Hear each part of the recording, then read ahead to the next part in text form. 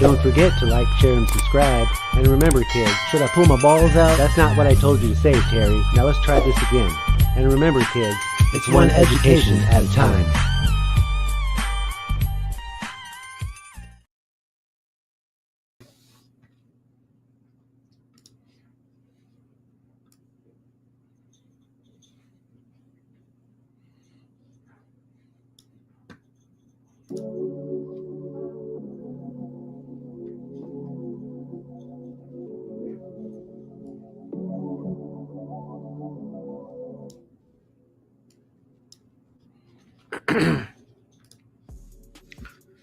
Boot Productions. Hey, what's up, Boot Productions? I never seen you in here before. You're new.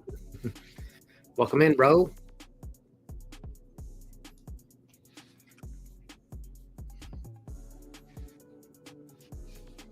When did you must have just subscribed. Did you just see a video on DMA 2.0 and then you hit subscribe or what? Not really. Well, I've never seen you in this channel. I'm sure maybe you're not new, but I've never seen you in here before. Hey, Candace. No, everyone loves me. I don't know what that means. Oh, you're talking about the title. Everyone loves you? Okay. Well, you're lucky. Nah, it's me. Oh, dude, it's lick the whole boot, dog. Boot Productions. I thought it was lick. I thought your new channel was lick the whole sock or something, dude. Swallow the whole sock or screw the boot, take the sock and everything. Yeah, no, I figured it out. Well, it's good to see you, man. Good to see you in here, dude. I'm sorry that happened to you, man. That's like, that sucks, dude. But I'm glad that you bounced back. How many subscribers you got right now? We got to get everyone that's in here. If you're not subscribed to Boot Productions, you got to head on over there real quick. At least just go over there and subscribe to him. I don't know if I have a moderator in here. I don't think so. We got to get your subscribers back up. I'm in the same boat, dude. I got to start over too. So like the DMA channel is officially, there's like, I was posting those little compilation videos. Those aren't even, that channel is not going to have any videos ever. Maybe not ever, but I mean, it's going to be far and few between on that channel now. So I'm starting from scratch too, basically. No, I didn't start from scratch. I had a backup. That's why you have backup channels. I had like 9,000 subscribers, but like 90% of those were actually more than that. Probably 95% maybe was just from shorts. So I think I have now probably like 3,000 subscribers from, so I have 12,000 subscribers, but probably like 3,000 of them are from, you know, long format videos, like real subscribers. Hey, what's up, Deb Anderson?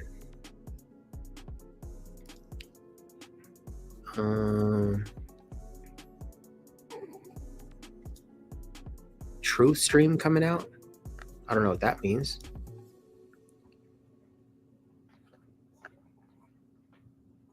Are you talking to someone else? Oh, she said hi to me. Hey, Deb Anderson from Australia. Foster's Australian for beer. Yeah, you were just posting. Why? Are you talking to me still? I don't know what you mean. You mean why am I have to start over? You didn't know? Oh, you're sleeping on my channel, bro.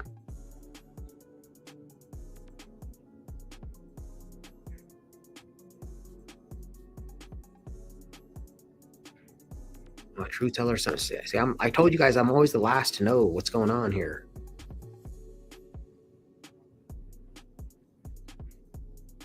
I love that. Nate, I told hey Deb, you know Aussie Nathan, you know him, right? He always says mate and all that, and I was like, dude, that's such a cool word. Like I always liked that, like, hey, what's up, mate, or whatever. But he was telling me, because I always thought of like mate meant like bro or something, you know, but he was telling me it means like sir. It's like a respectful thing that you say to someone.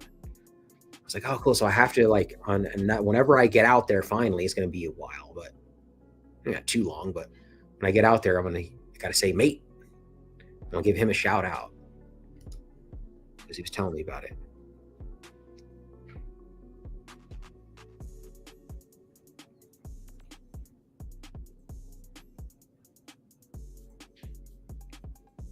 Wait, I don't know if you're talking to me. You're talking to me or someone else. Someone called a friend and threatened some pretty rancid stuff.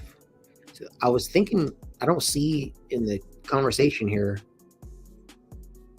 what that could be about. So I'm confused here. Side conversations are fine in here. I didn't, usually I notice it, but, oh, sorry, that's a side conversation. No, I usually don't put up side conversations. But you know, I'm slow, so maybe I'm missing it. So, but yeah, unrequited love. Anyone ever experienced unrequited love, or maybe you were giving unrequited love? Maybe.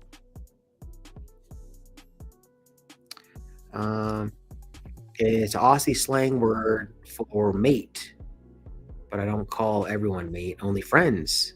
DMA. Okay.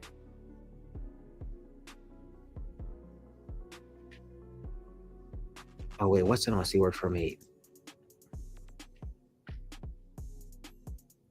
See, now I'm really confused. It's an Aussie word for mate. What's an Aussie word for mate? Like an Aussie word for sir, you mean? Must be like, maybe some of the comments aren't coming in or something.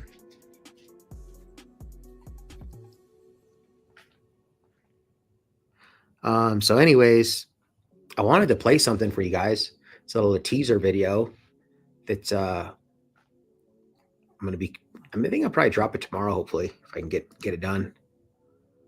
Buddha saying he's going to do a truth-telling stream about a friend that was saying rancid things. Oh, okay. Thank you. See, I need somebody to lay it out for me. Nice and simple. Okay, so you're gonna do that. Okay. Actually, you know what? Hold on, dude. Let me I don't know if I have any moderators in here. Let me see if I can find it. Hold on, I'm gonna do a new YouTube page because I had one up. See if we can find Lick the Whole Boot. It's not Lick the Whole Boot though. Okay, hold on. Have to share the new screen. Okay, so let's look up Boot Productions. See if we can find him. Make sure I'm subscribed. Boot Productions, right? Let me make sure that's the right thing. Yeah, Boot Productions. Okay, see, I don't know, man. It might be harder to find you. Yeah, because it's not going to be... Your channel's too small still. I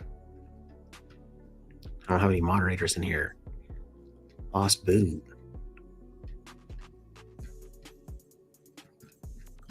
Watch, let me see. Watch. I bet you if I button Lick the Whole Boot, it'll show up.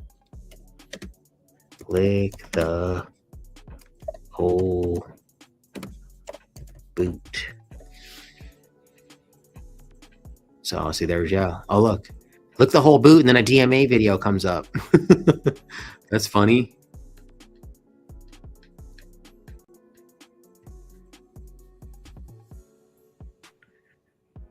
No views on this one. Racist cop. 5 hours ago. Actually, this is kind of funny looking at this stuff.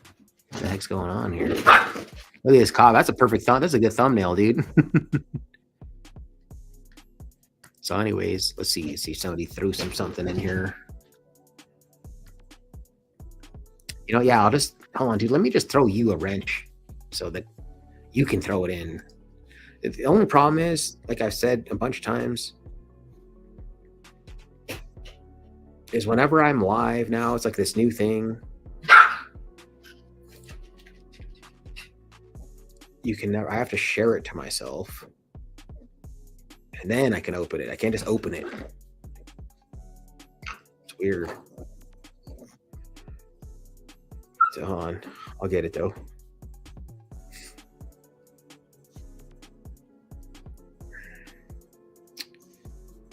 Come on.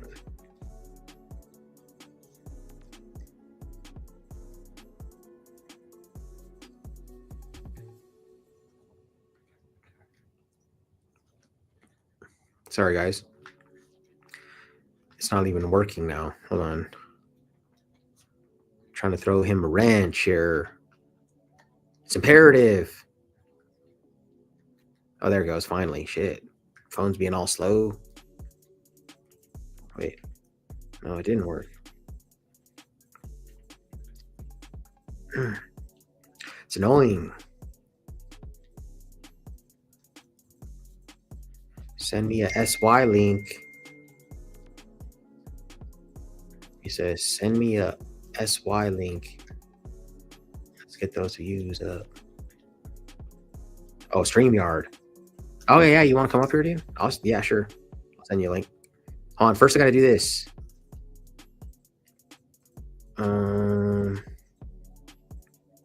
Yeah, see, it never freaking lets me open it.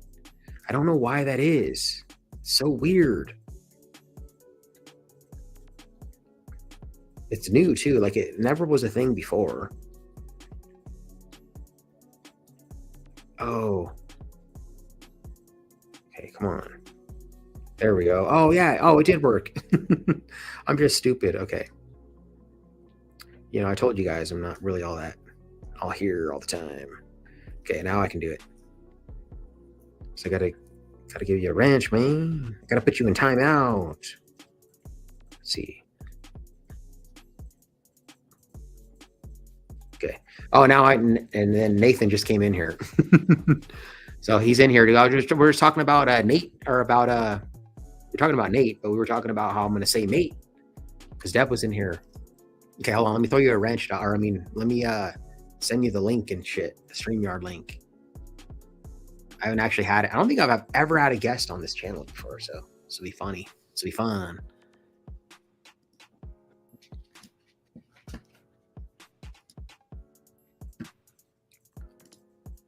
I'm just gonna text it to you. I hope that's good.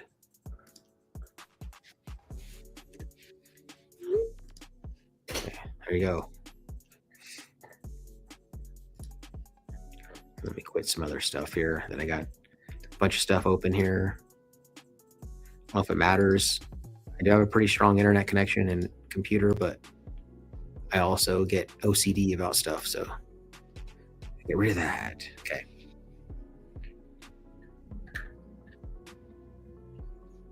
Okay, so we're waiting for but we're waiting for Boot Productions to come in here. So while waiting for him, let's play this video real quick.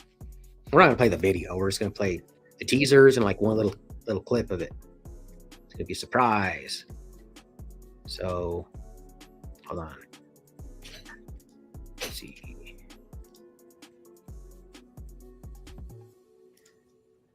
Okay, so I want to play this. Hold on, let me turn the music off real quick.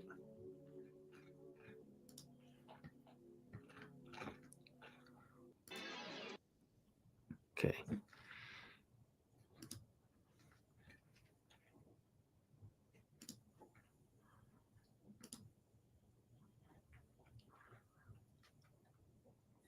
This is a new auditor over here. I'm not going to beat into your games that you're playing today. So I'm really like, dude, she's really like, well, first of all, you see the guy on the screen, you might know who she is or you might know this guy. Throw a 1 in the chat if you know who this guy is right here. And throw a 2 if you've never heard of him or seen him or nothing like that. That's also a reason why I'm showcasing this new auditor. But oh, Brandon Mitchell in the house. What up, dog? Good to see you. Brandon Mitchell, do you recognize this guy right here? This cop? Yes, she's in Colorado.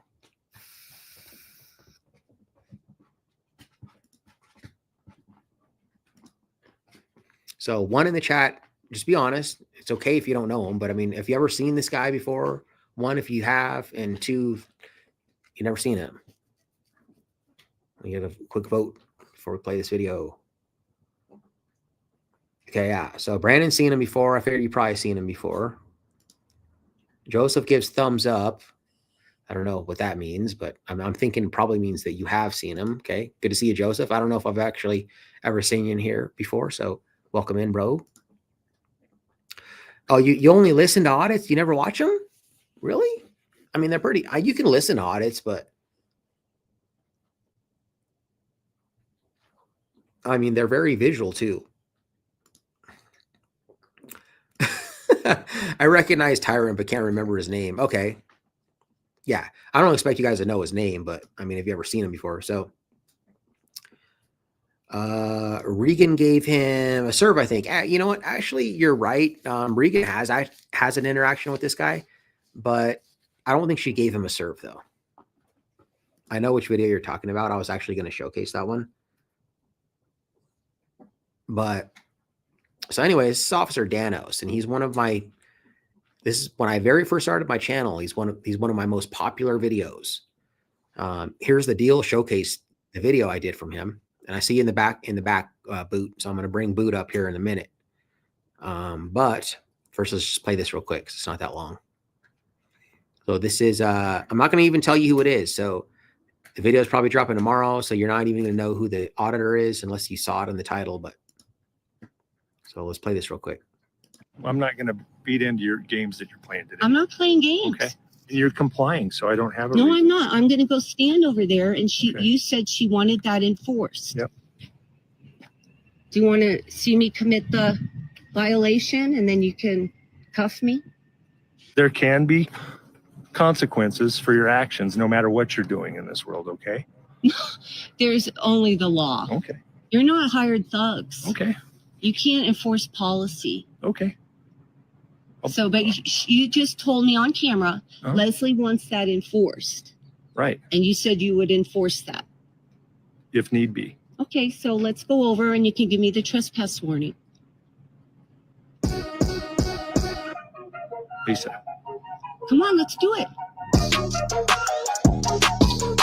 So the thing is like, first of all, the reason why he's so nice to her is because like she's like an elderly woman, dude. So he doesn't really know how to take it when this elderly woman is like straight up saying, "Hey, let's go. Come on, give me the trespass. Let's make it happen." But real quick before we bring boot up. Okay, so check this out, guys. This is funny. Your name and badge number? Sure. I'm Officer Danos with the Denver Police Department. And I'm Lisa. And you're not going to violate my rights today, are you? Violate your rights. Yeah. I'm going to talk to the manager if you're not welcome to be on their property. Okay, I'm going to ask you to leave. You're on private property. Then you're going to have to Is leave. this their property? Yeah. This is private property? Uh-huh. This is public. Who's the owner? You say in County of Denver? So it's public property then. Okay, I'm going to talk to him. Okay, and let me I'll just be right tell you, back. I I'll have be a right back. suspension. She also banned me from the park across the street. If you want to be on the sidewalk, you're okay. I know that. You're So- welcome to do it from the sidewalk. Where's the line? Right there. See where the grass meets the curb? Out here, you're fine. This is public. This is sidewalk. And then this is the line? Yeah, this is their property that they have to maintain. Well, I think this is all public. Well, I'm not going to argue with you, but okay, I don't want to argue with you. Okay, I'm gonna that's talk fine. to them and then Thank I'll you. get back with you. Look at the way the cops park. Oh, Okay, guys. Sorry. I need to here. I'll look the boot hole up. There you go, dog. You're up here. Now I have to go get my pizza. So talk to them. You go and get your pizza. What's up, guys? This is the Christopher Cordova show, where we do stuff that's not the same as DMA. This is Chris, not DMA. So anyway, though, guys, this is Boot Productions. Just wanted to stop by tonight to let you guys know that no matter how bad things might seem, just remember to keep trucking on, because in the end, if you keep trucking on, it's all that really matters. So past that, let's see who's in the chat real quick. All right, we've got good old Deb Anderson. What's up? Brandon, what's up? Joseph, what's up? Ozzy Nathan, what's up? Boot Productions, what's up? Let's see. Anybody else? No, I don't think so. Anyway, though, guys. So, what's up? You guys got any questions? We could do a Q&A. So, Candace at Boot Productions 88. That will help you locate me. But yeah, guys, just to make it clear, I'm not Lick the Whole Boot. That's some other clown. But I can tell you guys that's a close friend of mine, and I can tell you guys what happened to him, if you're interested. That is. Oh man, that's a good pizza. Because this is a pretty deep hole. So I actually was gonna order Papa John's because it's my favorite, but then I just wanted, just like late night dinner for me. I don't need all this extra food. And they got this thing, it's got to be $17 for delivery. Otherwise, it's pickup only. And I was like, the free market only works if you utilize it, right? So, like a lot of times people think you need to have government to use force and coercion on people to get people to do things. But the free market works. But so I'm like, okay, fine. We'll just, I guess, cancel the order. Did you used to like if you're manage a Papa John's? Charge more than $17. The pizza I ordered, one pizza, it's just me. It was like $14 plus delivery fee and all that. It was like 20 something dollars. I'm like, oh, it has to be 17. I'm like, okay, I'll just order from Domino's then. So like now you're just losing. Like they think they're doing something, but I think they're just losing money by doing that. So you got Domino's instead. I got Domino's instead. Yeah. Do you get the little garlic knots at least? No, I just got 2 medium pizzas. Damn. No, it's just me. I don't need all the fancy schmancy. But Save. My dogs are probably like dying to get some food because they're probably hungry. I'll feed them pepperonis. Hell yeah. As we go. So what up, man? What's good? Not much. What's up, dude? So you tell us now that I have you up here. Like what the heck happened with your channel, dude? I don't even know, man. I can tell you what vague reasons YouTube gave me were, at least. Okay. Or not me, but my close friend that I know of. So channel had no prior strikes, not even so much as a privacy strike.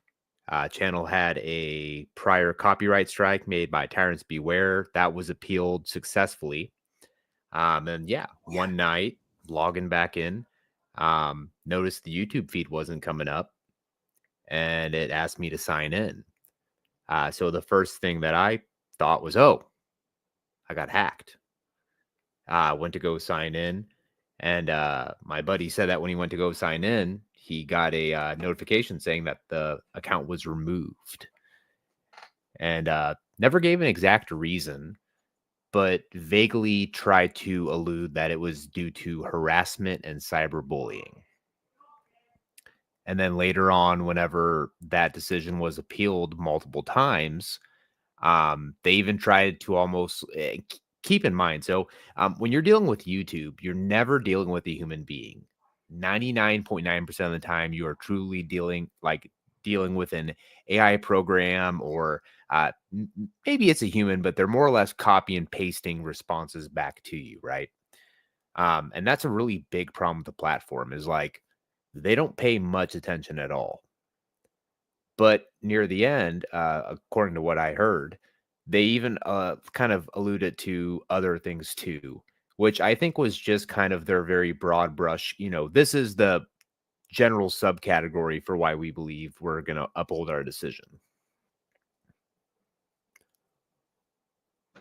So a couple of things. Number one, I've noticed that as far as helping the creators, they don't really care, because YouTube basically is a monopoly, right? Yeah, there's the other one. I don't even know what it is. That's how you know it's a monopoly.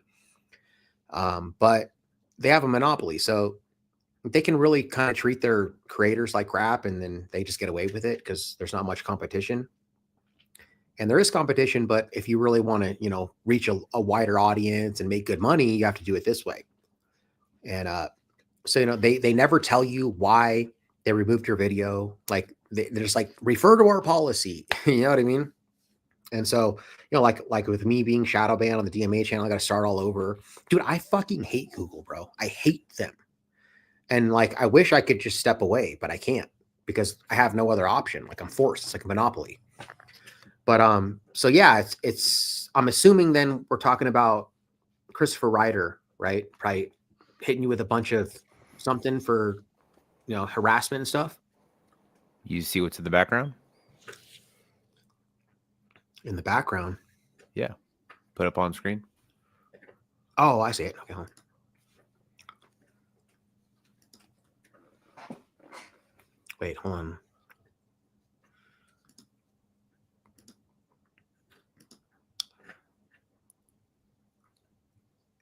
Oh, I got to remove this. Hold on. Sorry. Okay, here we go.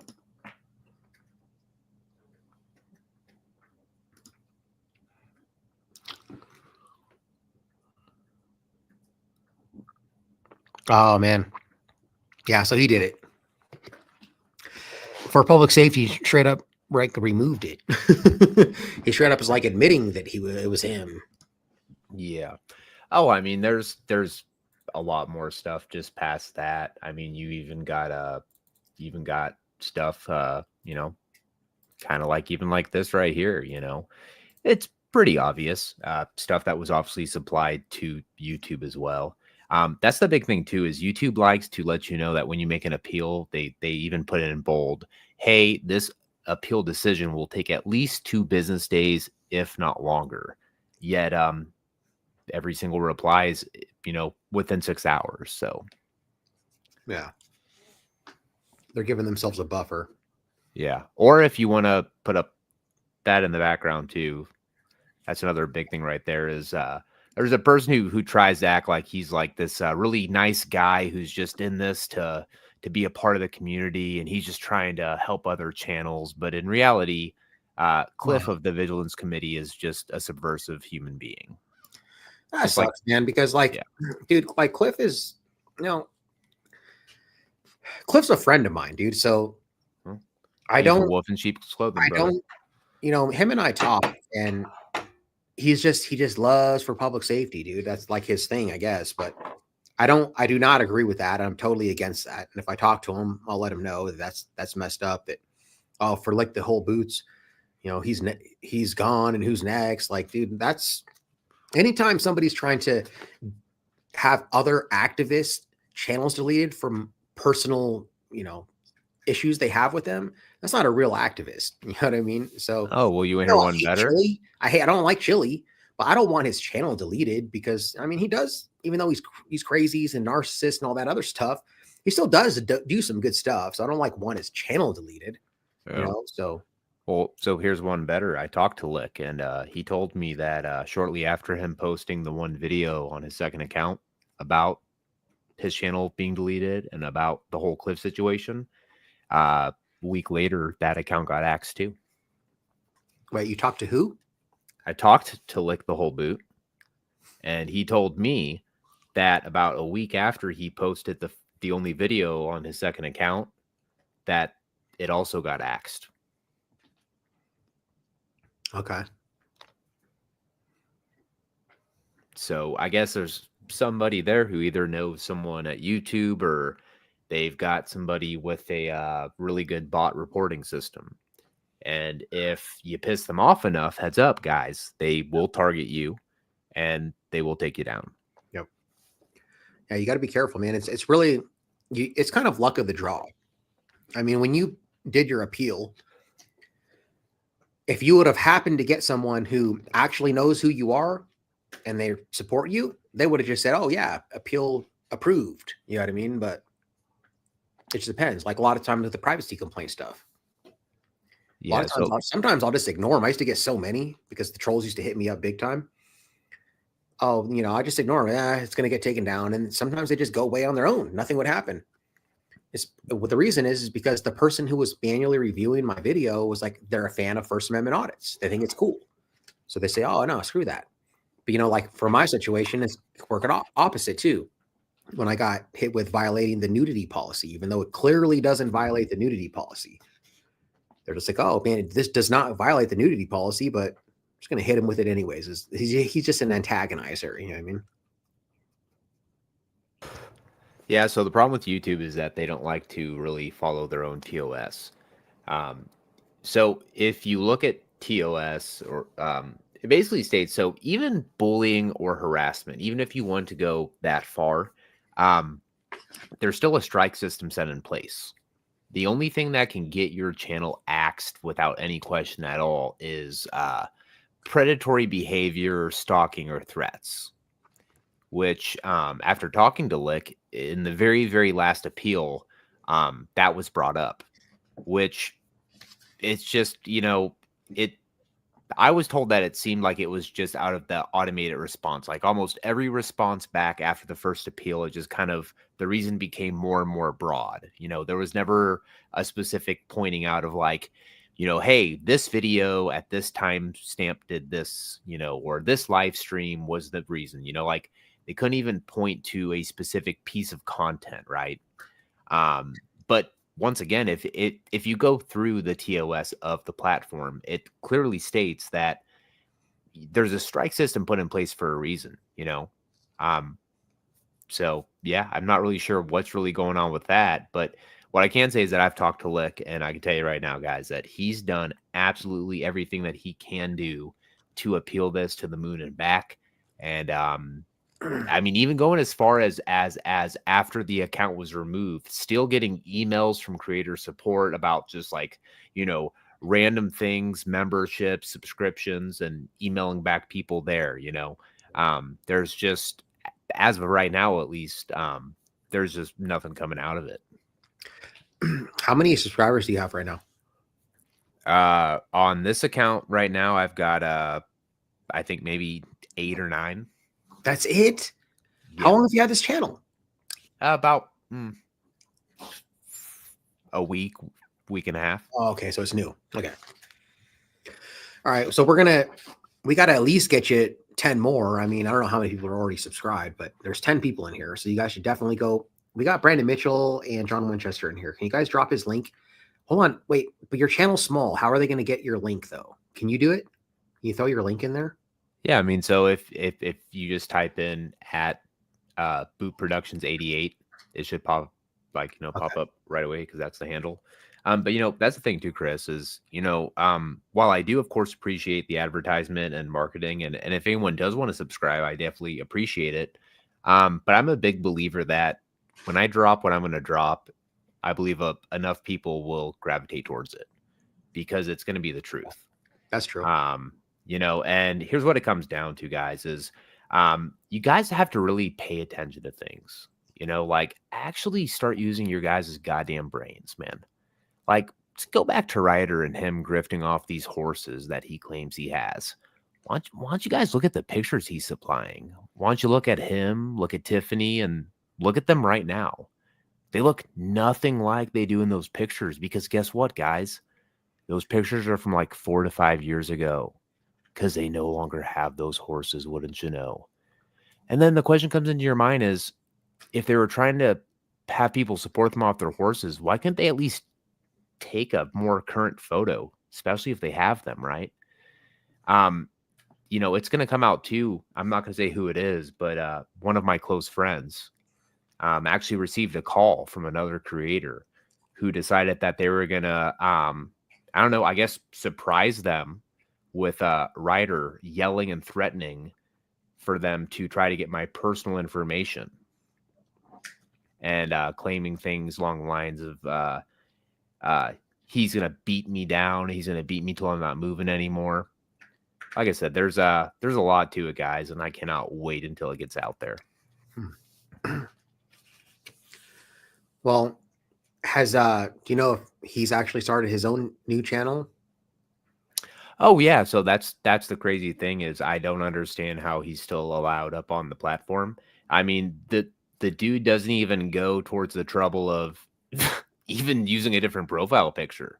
I mean, the guy changes his name from 4 Public Safety to the number 4, has the exact same icon with like a different outline on the circle, and YouTube lets him up.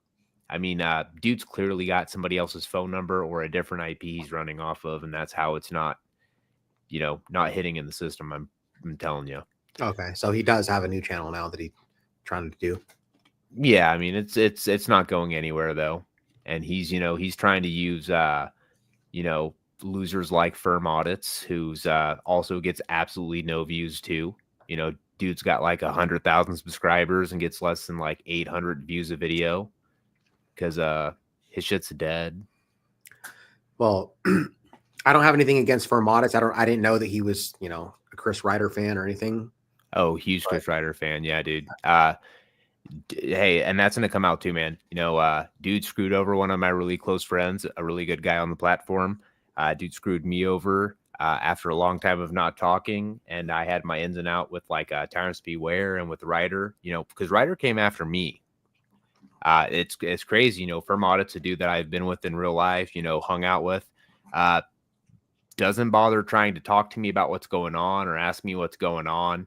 Just immediately starts talking shit on me and starts talking about how he hates me and about how I'm a troll now. And like, I'm sorry, dude. Like, look, Firm Audits, he is not a solid dude, bro. I should have never texted you that day and asked you to help save his channel.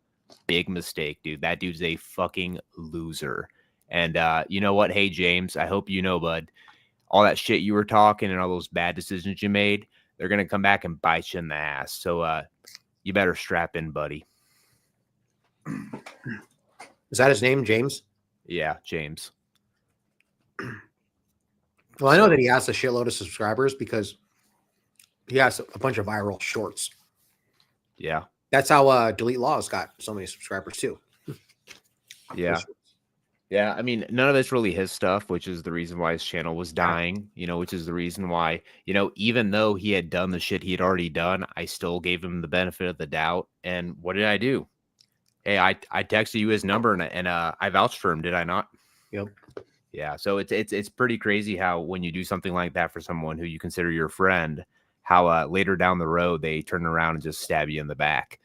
But it makes sense. Yeah, I mean, dude, it makes sense. Like I said, it's gonna all come out. So you know what? Like I said, James, I really hope that you're happy with the choices you made, man. You made your bed. Now it's gonna be time to lie in it. So that's kind of like just like a life lesson you have to learn is that sometimes you'll be a good friend and you'll go to bat and you'll stick up for your friends, and then right away they'll just fuck you, dude, fuck off. You know what I mean? Like just disown you, like you're just like some piece of shit. You know what I mean? Like, and you didn't even really do anything to them. I'm like, okay, man, you know what? When that happens to me, I'm just like, okay, I'm not even gonna. It's not even worth my energy, dude. So, but yeah, it does happen, man. It sucks. oh yeah, dude, and it gets even worse than that, man. I mean, on top of just not being a decent human being, he wants to turn around and like start lying about me. I'm just like, what the fuck did I ever do to you, dude? So you know what? It's fine. Like I said, it will come out in the future the way I look at that situation and the shit that I know. And all I can say is have fun promoting for public safety. I know it's your last video, still at like 600 views. So keep trucking on, man. Yeah, sometimes people will just defend someone just because like they know them. You know what I mean? Like one thing people need to realize, and I even need to do this myself, is that human beings are fallible. So just because like you're my mom, even, right? Like, oh, I'm going to defend my mom no matter what. My mom isn't perfect. She's a human being. Like she makes mistakes too. So just because somebody's your friend doesn't mean that they're not wrong. You know what I mean? That's what people think. Oh, it's like one of those people, when you hear about a breakup and like the guy tells you all the stuff that she did and you're like, oh man, fuck that bitch, dude. You can do better. Fuck her. Right. But they only heard one side of the story. But guess what all of her friends are saying? Oh man, fuck that asshole, man. You can do better than him. Fuck him. Right. Because everyone just hears one side of the story. So that's the problem is people just, oh yeah, it's my friend. So I'm just going to stick up for him no matter what, and I'll stick up for my friends and I'll be like, oh, that's crazy. That sucks. Yeah. But I'm not going to like go publicly and like, oh yeah, this guy, without even knowing the whole situation. Well, I have actually done that. So, but I try not to do that. Yeah, I mean, so that's the thing too, is like I tried to reach out to him. I didn't have his number anymore, but I I saw a so this is what's crazy is the dude makes a post where he tags Lick the Whole Boot and Generally Specific in a post where he's talking shit. And then Lick the Whole Boot replies to it, and dude's radio silent. He has nothing to say back. I mean, talk about a true coward, right? But look, man, this is what it comes down to in the end is and I'll tell you what, man, Toe for Life said some really fucked up shit the other night. And it's pretty crazy too, because I actually had a talk with Toe for Life not too long ago where I felt like we were pretty much on the same page. So it's pretty crazy to see kind of the disconnect we must have had with the shit he's talking now. What do you say? Oh, dude, he's talking all shit on Tiffany's ex-husband, like acting like he has a clue what the fuck's going on. And you know, that's Toe's biggest problem too, is Toe's the one who introduced Chris Ryder to the platform. Because Chris Ryder's original grift was that he tried to claim that he was personally single-handedly responsible for taking down a corrupt sheriff, Jamie Knoll, in Kentucky, or sorry, I guess in Indiana. But that's not really the case. I mean, even if you look at the actual news article, it literally says that Chris Ryder had nothing to do with it at all. Basically, he had the police raid him during the time that dude was sheriff, and now because he had that raid happen, he's just gunning for them. They're super corrupt, all this other crap. But he leaves out the reason and the premise for why they got raided to begin with. But he comes out on YouTube, and that's his first grift. Oh, we were illegally raided, blah, blah, blah, blah, blah. Tiffany's having problems with CPS. But what people don't understand is Ryder's one of many men who has come into this situation. He's just the first asshole who went on YouTube and tried to use it to grift and take advantage of the situation. He sits there and he lies about a situation to profit off of it. Like, he drags a good father who's taking care of his daughter full time through the mud and calls him an abuser and all this other shit so that he can look good on the internet. And that's where I came into play, bro. I wasn't going to stand for that shit. Right. Okay. Well, I'm just happy that my channel is still not deleted yet. And I'll leave that fight for you and Christopher Ruff, because you guys are the ones that are dealing with that. But I do need to say what up to Dub was, man. He's out, dude. He got out of jail, bro. You were in jail for a grip, bro.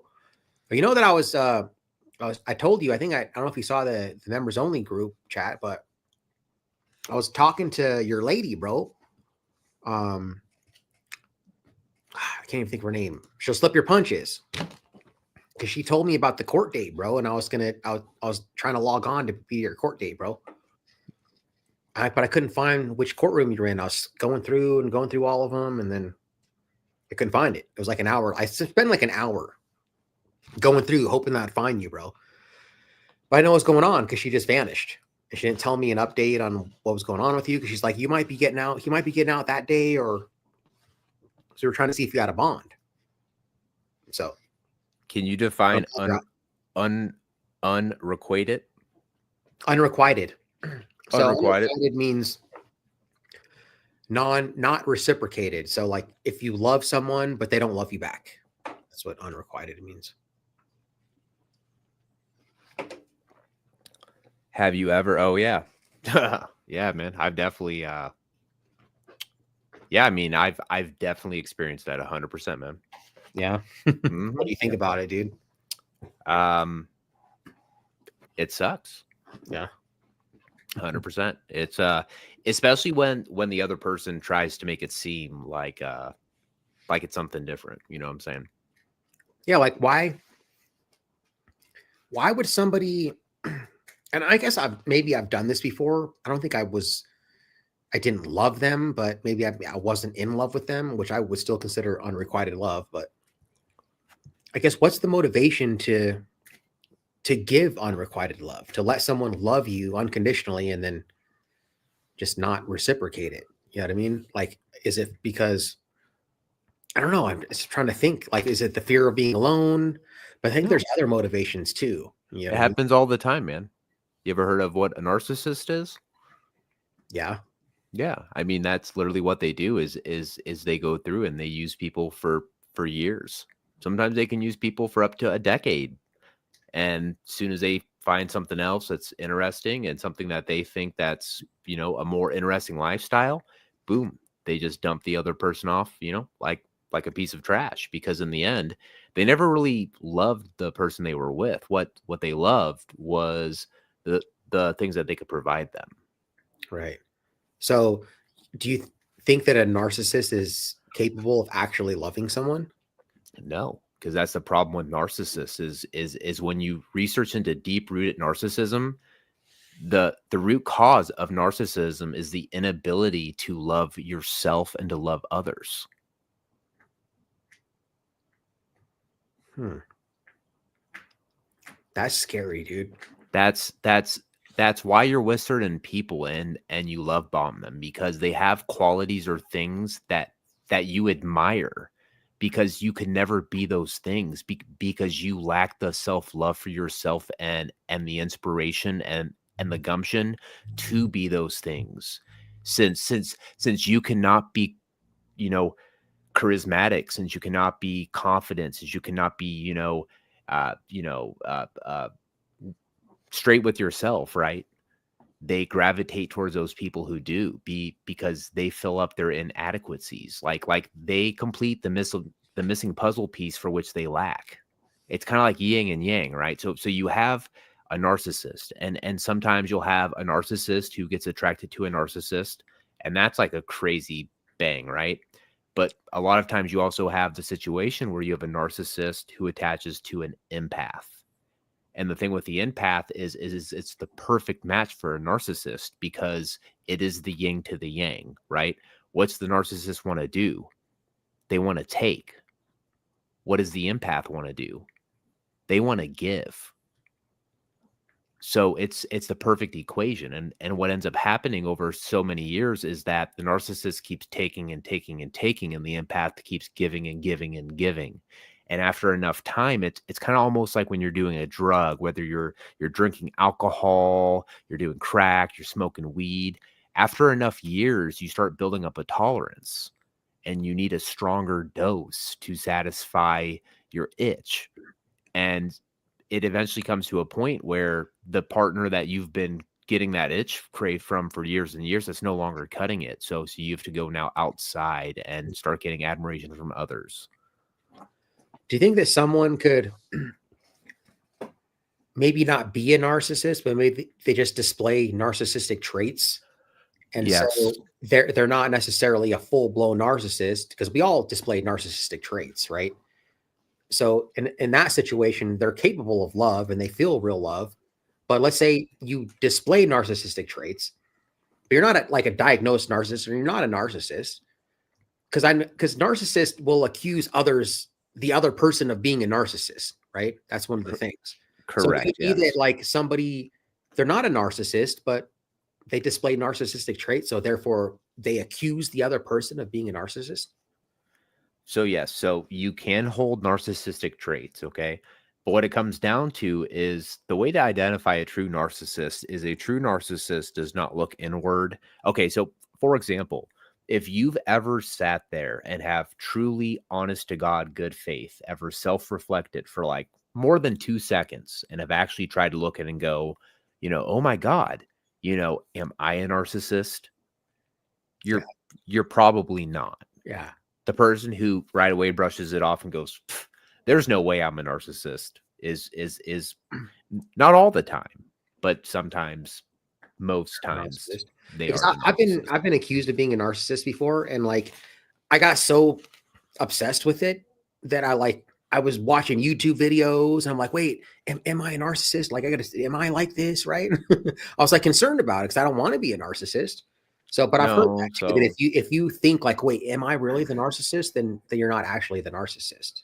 well, so the problem is that they tag your behaviors on camera to narcissism because you have the gumption or the balls to go out there and do it, where most people look at it as it's more of a like, oh, look at me type of situation. Now, if people look at it in a light of, oh, look at me, then I could see how they could maybe see narcissistic tendencies, but you also would have to understand kind of like the context behind the actions, right? Right. Do you think narcissist, if you're a real narcissist, you know you're a narcissist?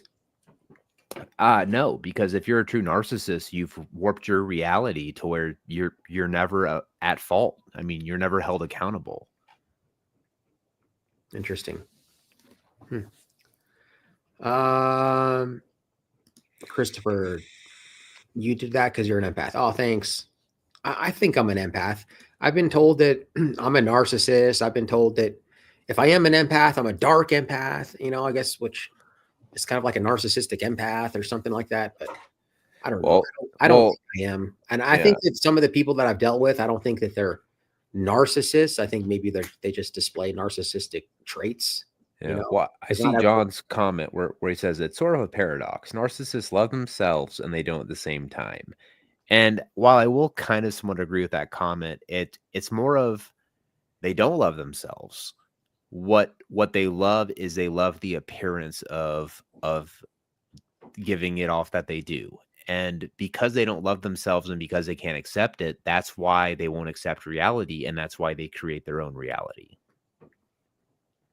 And like one of the things, like if somebody's a narcissist and they don't love themselves, from my experience, what they'll do is they'll look for validation from others all the time. So like most narcissists are men, but from the female narcissist, if she's one of those people that she has to have attention from other men, so she has to keep her Instagram up with all these pictures of her in the bikinis and shit like that, so she can get tons of likes from dudes. That could be a potential narcissist, right? It's at least a narcissistic trait. They need validation from others because they don't love themselves enough, like you said, that it like strokes their ego, Well, yeah, I mean, that could be a possibility. I mean, that's the thing though, too, is it's just like, so in my experience, it's not always men. Okay. I would say that it's pretty cut down the middle, right? I mean, I would argue that it's an equal amount of men and women, and I would say that it's unfortunately like a problem that you're running into more and more these days, man. Like with every generation that spawns, you're going to have more and more of these. Well, it's not, I guess I can see what you're saying where it's not maybe just mostly men, but it's thought typically to be mostly men. But from my personal experience, I've noticed that, and like John said, he said, is he an empath or does he have empathy? Because to be an empath, I guess just means that you have a lot more empathy than maybe just a regular person. But if you have empathy, then everyone has empathy unless you're a narcissist. But I think that there's more, in my experience, there's a lot of women that at least display narcissistic traits. You know what I mean? Maybe not straight up narcissists, but that's why I like that word narcissist, because I didn't even know what a narcissist was until, like 4 or 5 years ago. It's kind of a trendy thing. We're like, oh, you do this. Oh, you're a narcissist, right? And it's not true. Like just because somebody does one thing doesn't mean they're a narcissist. You know what I mean? It's just maybe they just have narcissistic traits, and we all do. So, yeah. Well, what a fun fact is too is if you look it up, is a lot of people, they don't actually know what a narcissist is until they get called it, and then they end up looking it up. Okay. But going back to John's other question, he says, just curious, I'm personally of the opinion that empaths aren't a thing, but I totally respect a disagreement with my take. So, this is what I could say.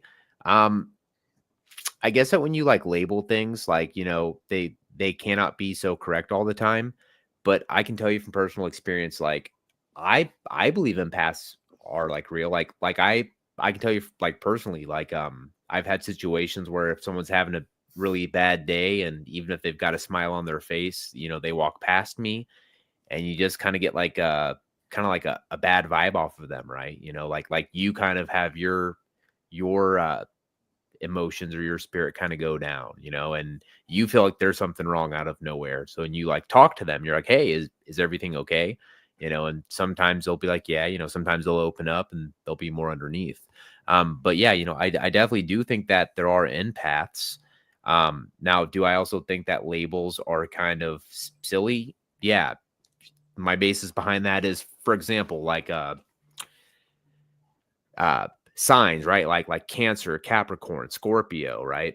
I laugh when people go, "Oh yeah, you're just an asshole because you're a Scorpio." It's like, no, like you're just an asshole because you're an asshole. Like, it's your star sign doesn't fucking explain every single reason you are why you are, man. Like they're general labels you can put on like anybody, and yeah, anyone could call anybody a narcissist, right?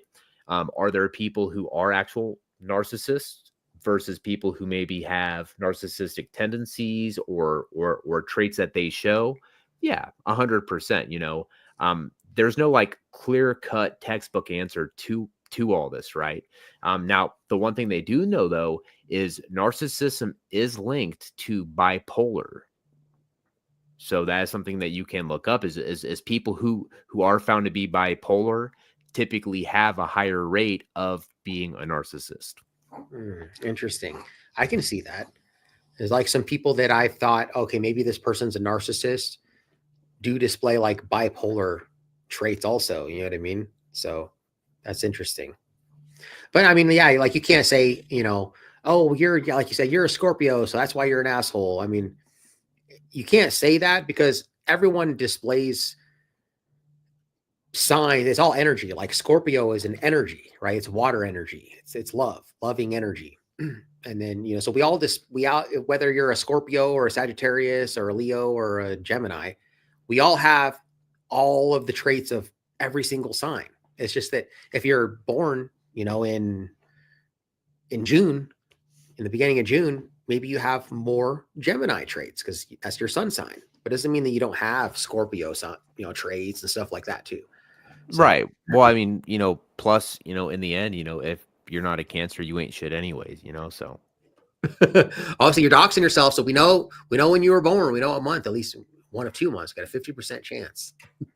No, I would just say like if you read through like all of the presuppositions of like what each sign is, I personally think Cancer is like the most level-headed. Really? Yeah, dude. I don't know, dude. My dad's a Cancer, dude, and he's a freaking wild one, bro. But there's an exception to every rule. But Cancers are very emotional, and they're very it's a very feminine energy. You know what I mean? So they think on pure emotion. They don't really think things through logically. That's a problem with Cancers. Hey, yin and yang, bro. 69. Yeah, I mean, well, yeah, everything's duality, right? So that's what I'm saying. Will probably go better with some like a very masculine energy, someone who's maybe like water goes good with earth. So maybe a Cancer and a Capricorn would go well together. Yeah.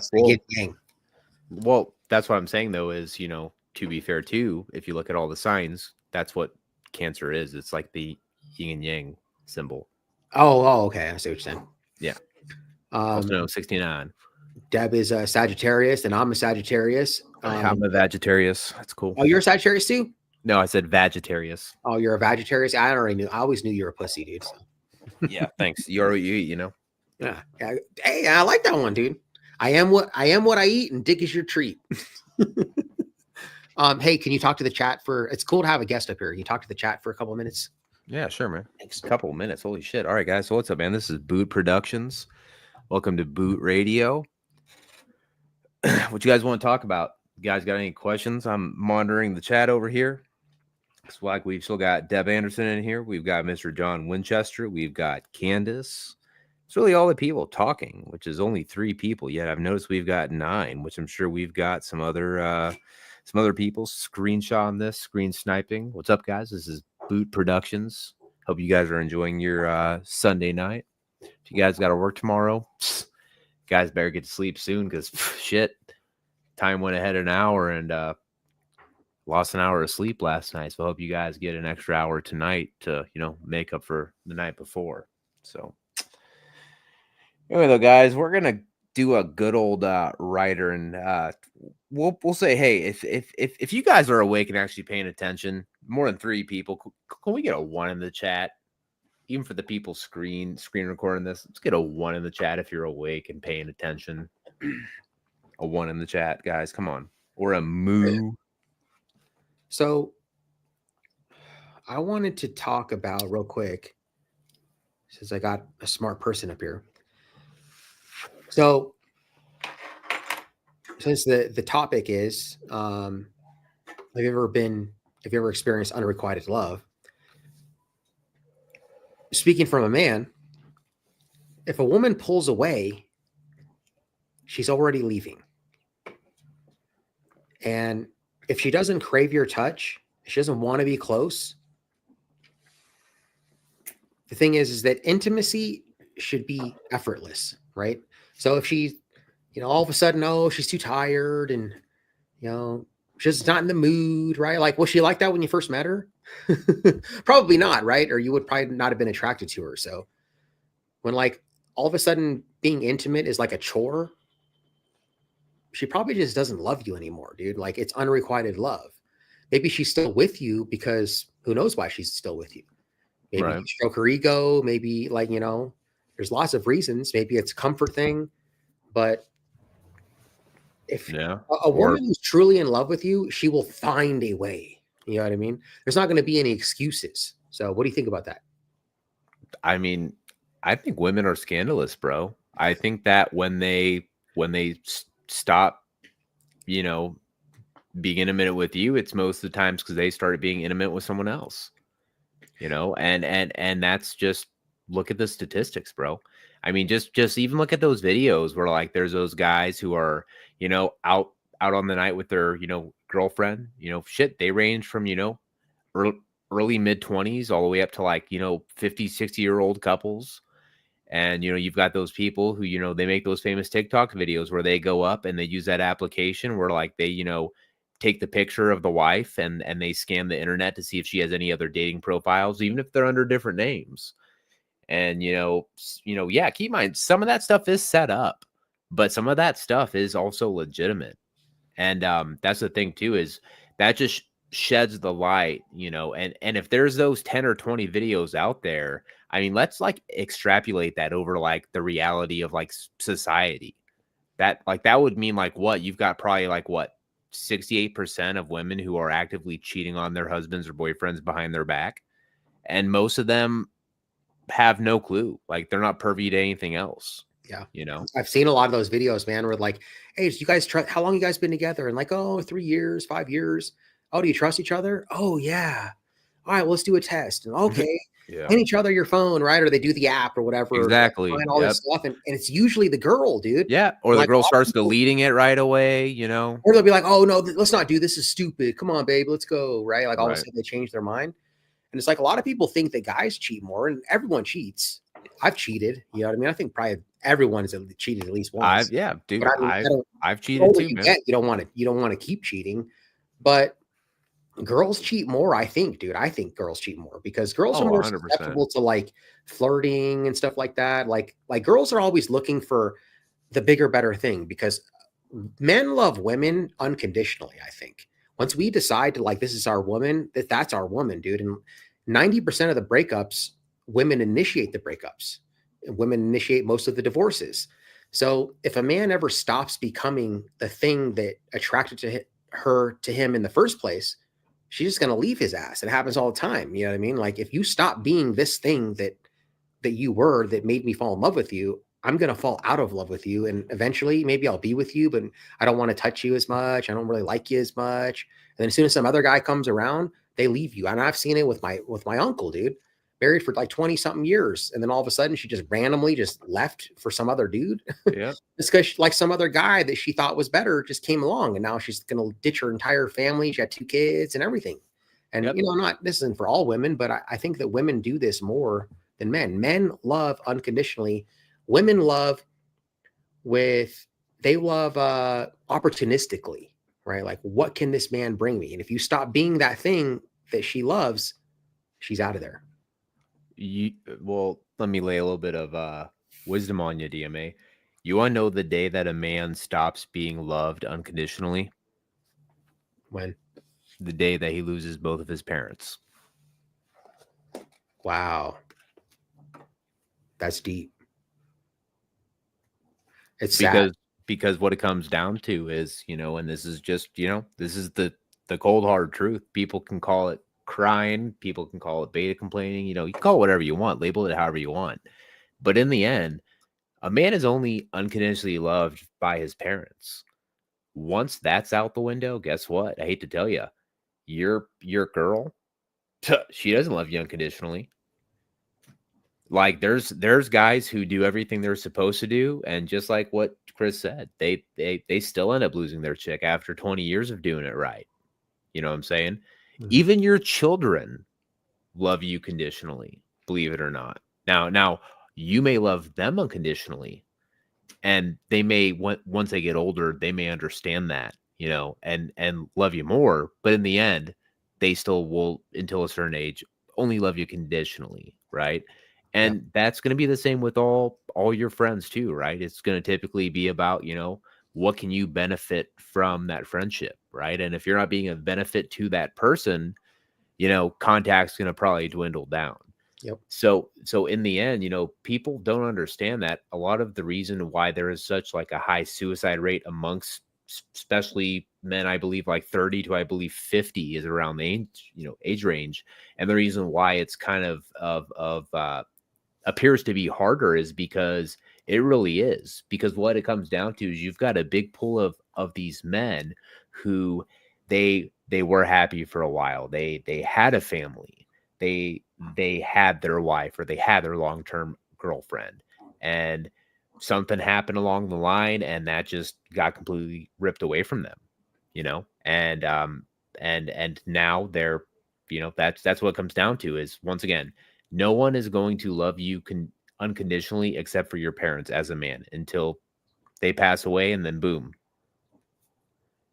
And I would hope that maybe that wouldn't be true after, like, you said that, children love their parents with conditions, but, maybe after a certain age, that you would love your mom and your dad unconditionally. And, they can't provide anything for me now, but I'm going to take care of them because I love them, and it's the end of their life type thing. I would hope that there would be a point in time where a woman would love her man unconditionally at that point.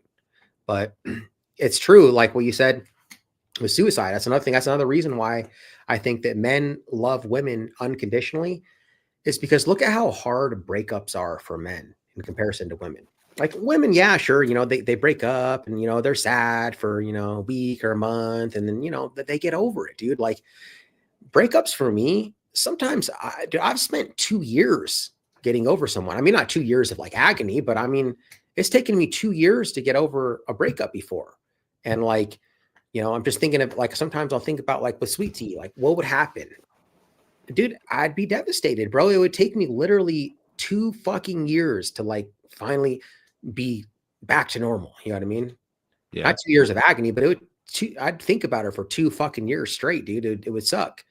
And like, that's why men commit suicide at a much higher rate than women over breakups. Women don't kill themselves over a breakup, dude. Men do that because it's like you lost your leg, man. It's like, it's a devastating thing for men.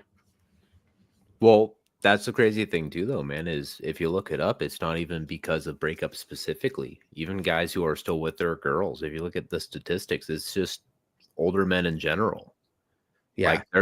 Like there's a lot of men who they don't feel appreciated at all. Well, I think a lot of that has to do with the reason why older men end up committing suicide, because my grandfather did that.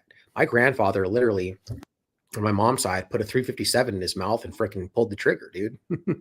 And he lived. It's a miracle, dude. Like he had his jaw blown off, but he lived. Bullet in his brain, everything. And the reason why I think older men do that is from my personal experience with my grandfather, is because men are supposed to be the rock. They're the protector. They're the provider. They're all these things that society puts on their shoulders, right? When you get old and, he needed a cane to walk around, he couldn't do anything, right? He can't protect anyone. He can't provide, they're on their benefits and stuff like that. It's like his purpose is gone. He has no purpose for living anymore. So without a purpose for living, men will just kill themselves. Women don't have that because they don't have like, I'm supposed to be the strong one. I'm supposed to provide and protect, all that kind of thing, you know?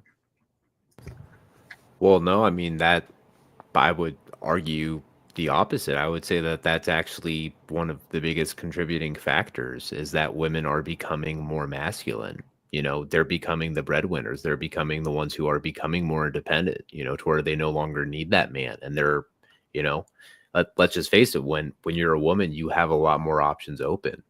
I mean, Yes. it's just in the same hand as, you know, if you're a woman and you want to sleep with someone in a certain night, your chances of that are astronomically way higher than if you're a male. Yep. And I think that, yeah, it's true that women are definitely stepping into their masculine energy more. But as far as women saying, "Oh, I don't need a man," type thing, like they may believe that, but what women say they want or what they say they believe and what they actually respond to are two different things. So a lot of these women are like, "I don't need a man." Yeah, they think that in their hearts, they really think that, but as soon as they get a man and they want to be the boss of the relationship and they want to be the leader and the provider and all that kind of stuff, like you said, more women are providers. Those are the marriages of the 50% of the coin flip that don't last. Those are those ones because they may think they want to lead and provide, but after they actually do it for a while, maybe they're like, ah, man, they start distancing themselves. And then all of a sudden, they do find some guy at work or something like that he is more dominant. He is more masculine. He is a better provider. And all of a sudden she'll be like, I just don't like this. And then they use the excuse. They can't ever say the truth. What they say is, oh, I just fell out of love with him. Just stuff happens. We grew apart. Right. But the reality is that you never wanted to lead. Women aren't to lead. Men are to lead and women are to follow. But you try to take on that masculine role. And then when you finally found someone who actually is dominant enough for you, right? Because maybe your husband, he's not dominant enough. So you just thought that's what you wanted. Yeah, well, like I said, man, it's, I I want to say it just ever so slightly happens more with women, but I do truly think that this is a problem with both genders, bro. I mean, you have men who do the same thing. In what way? Well, you have men who actively cheat on their wives and leave for hotter and younger women, like it does go both ways. Like I will agree that I think statistically probably happens just slightly more with women. But I'd say that it's just like it's a societal problem, bro. Right. I agree. It's a societal problem because, like in the East, they don't do that. But it's definitely not slightly more though. I don't know the exact statistic, but it's the majority, bro, of women initiate the breakups or the divorces. And if you even think about it in your own relationships, right? Like how many times have you broken up with a girlfriend? I mean, if a guy breaks up with a girl, that's like a red flag, dude. Like, because guys don't really do that, man. I mean, what guys do typically is they put up with the relationship and they don't leave, but then they're so miserable that they just stay distant and they don't talk to them and they just avoid the conflict. And then eventually the woman breaks up with him because all you do is go hide in your man cave. They blame him, you know what I mean? So that's usually what happens. Not all, but that's usually what happens. So, but yeah, it's definitely a societal thing because like in the East, it's just like this society cultural thing that, when the guy's friends come over, the guy doesn't even have to ask his wife. She just comes out with snacks and drinks and like, she's just like that. And what that does is that's giving the man status, right? It's like, dude, your woman just comes out and gives us drinks and is, very accommodating and stuff. But like women nowadays, they don't do that stuff. So like if you have a woman here in America that does that for you, all your friends are going to think like, "Whoa, this guy's a badass, dude." You know what I mean? It's like because the woman is giving him the status because their wives probably don't do that for him.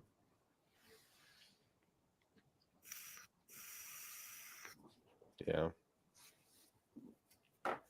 If a woman wants to have single traits, then they stay single. Or are you saying then stay single? But I think a lot of times too, women that want to have single traits, they end up staying single. You know what I mean? They'll just be single forever. Or they hop from, one relationship to the other right after, And then you get to a point where you don't really have those options anymore because, like you said, women, they can get laid pretty much whenever they want, right? And I mean, they have a much higher chance of getting laid just randomly than a guy does, because a guy has to actually put in work. Oh yeah, dude. Girl has to Like, show up. But dude, hey, anyone who doesn't believe that, make 2 profiles on Tinder, Facebook dating, Hinge, whatever dating site it is, right? And post average pictures, good bio. Guarantee you the female account gets way more hits without having to do anything. it's just a natural social dynamic, though, right? Like guys, we throw our fishing line out and we kind of just we get what we can, we take what we can get. You know what I mean? We throw it out there and you catch something and you try that. Women, they're the fish. You know what I mean? Like everyone's throwing their bait out to them, so they got all these people to pick from. And so that's why I say when cheating's cheating. So like if a man cheats, it's cheating. I'm not justifying it, but I am saying that when a woman cheats, it hurts more. You know what I mean? Because a woman, even if an emotional affair, right? Because like when a man cheats, the woman will ask. So if a woman cheats, the man will ask, "Did you sleep with him?" Right? Because women will cheat emotionally. They don't have to have sex to cheat, right? Correct. Yes. But like if a man cheats, the woman will ask, "Did you love her?" Right? And so like in an emotional affair, women do that all the time because women have all these guys hitting them up in their DMs, right? And so if you do decide, okay, I'm going to pay this guy attention, the reason why it's cheating, it is so much more of treasonous than a guy cheating, is because that woman had to turn down like a whole shitload of other dudes to talk to Jerome. You know what I'm saying? So you're already emotionally invested in him. You're emotionally cheating. Women get this attachment. Women release more oxytocin, which is a pair bonding hormone. And so if you have that pair bonding hormone with this guy, that's why women aren't designed to sleep around, right? And men are, because men, from an evolutionary standpoint, are designed to spread our seed far and wide to keep the human existence in existence. And we don't really need that now with 8 billion people, but 99% of the human existence has been in 50 to 100 people tribes. We're on the brink of extinction. So men are supposed to biologically to spread our seed. So we don't produce as much oxytocin. We can just have sex with somebody and that's it. Women, they can't do that, because women, even in tribal times, you can't just have sex with some dude and then he just leaves you. And then now you're stuck to raise this kid without a man in tribal times. Like you're fucked. Now you got government welfare and like you can probably make it, but then you're basically dead. So like it's hardwired into a woman's brain not to sleep around, to make sure that this guy is going to stick around before I have sex with him. So that's why I say that, women aren't designed to cheat, really. You know what I mean? That's why there's like the stigma of like women don't want to be truthful about how many men they've slept with, because they don't want to be judged, because they know in their heart of hearts that I shouldn't have slept with that many people, Yeah. You want to know how to make a hormone, bro? How? Don't pay her. I knew it was going to be something like that. Yeah. So, hey, man, before I go to sleep, man, I just want to leave you with this thought real quick, okay? What do you call a key that can open any lock? What? A master key. What do you call a lock that can get opened by any key? What? A shitty lock. Now apply that to what we were talking about, man. Anyway, though, I gotta go sleep, bro. It's good talking to you as always, man. You too. Sorry, I'm a little slow. I missed your joke. So I'm just saying, when relating it to like males and females, right? Like a key that opens any lock is considered a master key. But a lock that can be opened by any key is considered a shitty lock. That's just all I'm trying to say. Okay, I got you. Yeah. So. Thank you. That's true. That's very good analogy. Yes, sir. All right, man. Yep. Have a good night, man. Boost Productions, bro. Yep. Right, See you. Cool, man. So I guess I figured it out. Like, really, all I need to get people in here is have a guest up here. I've been doing this, for a while now, and I have 13 people in here. This is probably the most I've ever had in this thing. So if anyone wants to come up here, we'll just make it open panel. Let me know in the chat, and I'll throw the link in here. Come up here and chop it up. But that's true. with the lock analogy. I like that.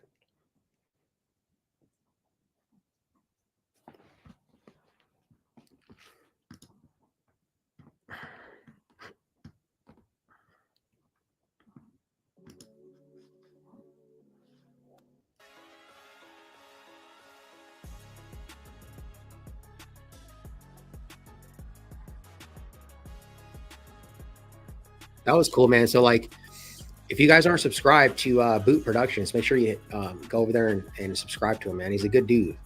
I like Boot Productions. I've known him for, I think I first met him, it's been already a couple years. I don't even know how we met. But I remember I talked to him on the phone for like an hour. And when he had his Lick the Whole Boot channel, and we were talking, and he's a good dude, man. I can't even remember how we got in contact with each other or anything like that. Thanks, bro, for throwing his link in there. So you guys should go subscribe to him, man. He's a good dude. He's a smart dude too, man. He's real. He's a real motherfucker, man. It's hard to find real friends, dude. Just like friends, like the whole Boot, like Boot Productions was saying. Even in friendships, they're conditional. So you think about all the friends you have. You're friends with them because they're providing something, right? And you have value too.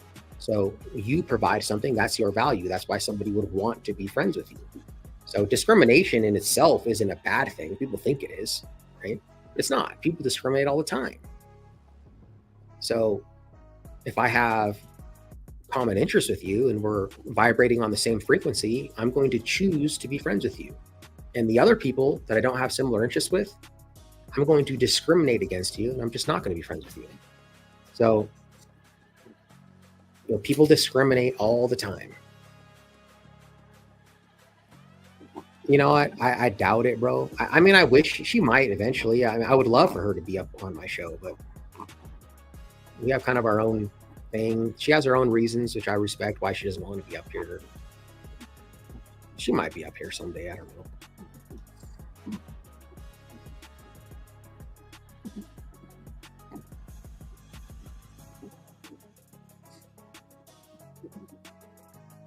And then, I was saying my dogs, they never want to play. But like lately, dude, the last couple of weeks, I've been so ignoring my dogs, and now they're playing because they know that I'm not going to play with them. I used to take them to the park all the time, walks, and play with them. Now I'm just so busy trying to hustle and grind. They're like playing, running around. I'm like, oh, thank God. You know what I mean? So you guys can do it on your own. You always need me to like be there for them. So if anyone wants to come up here, it's open panel. But so let's play while we're waiting. If anyone wants to, since not everyone was here, let's play another little thing of that video. Let's see here. This is the video that I have coming out soon. So I want to play some of this. I think I'm trying to get it out tomorrow, so we'll see. This is just a little teaser. Some of you guys might recognize this guy. So throw one in the chat if you know who this guy is. Have you ever seen him before? Or throw two in the chat if you have no clue who this guy is. Before I play the video. Not the video, I'm just playing the teasers, but in a couple clips. But this is an auditor, a new auditor out here. And looks hella familiar. Yeah, I'm sure you've probably seen him, bro. No, his name is Officer Danos. And people probably aren't going to know his name, but they're definitely going to know his face. He's got one of those faces, you know what I mean? Like, not too many guys look like that guy. He looks like, I don't know, maybe he's part of Hell's Angels or something like that. Yeah, I'm pretty sure you've seen him too. Anyway, if you've been, in the game for a while, you've seen this guy, so. But this is a new auditor that's out here in Denver. So she had the same interaction with one of the guys that I had when I first started my channel. So let's play a little bit of this. I'm not going to feed into your games that you're playing today. I'm not playing games. Okay. You're complying, so I don't have a No, reason. I'm not. I'm going to go stand over there. And Okay. you said she wanted that enforced. Yep. Do you want to see me commit the violation and then you can cuff me? There can be consequences for your actions, no matter what you're doing in this world. Okay. There's only the law. Okay. You're not hired thugs. Okay. You can't enforce policy. Okay. So, but you just told me on camera, Uh-huh. Leslie wants that enforced. Right. And you said you would enforce that. If need be. Okay, so let's go over and you can give me the trespass warning. Lisa. Come on, let's do it. So speaking of Sweet Tea, we got her in here. When did I do this audit? As you can tell now, I didn't do the audit. It's a showcase, but it is open panel. If you want to come up here, I think people probably want to have you up here. Be a long time since you've been made, on YouTube. So, but yeah, this is definitely somebody that I had an interaction with. So check this part out. It's pretty funny.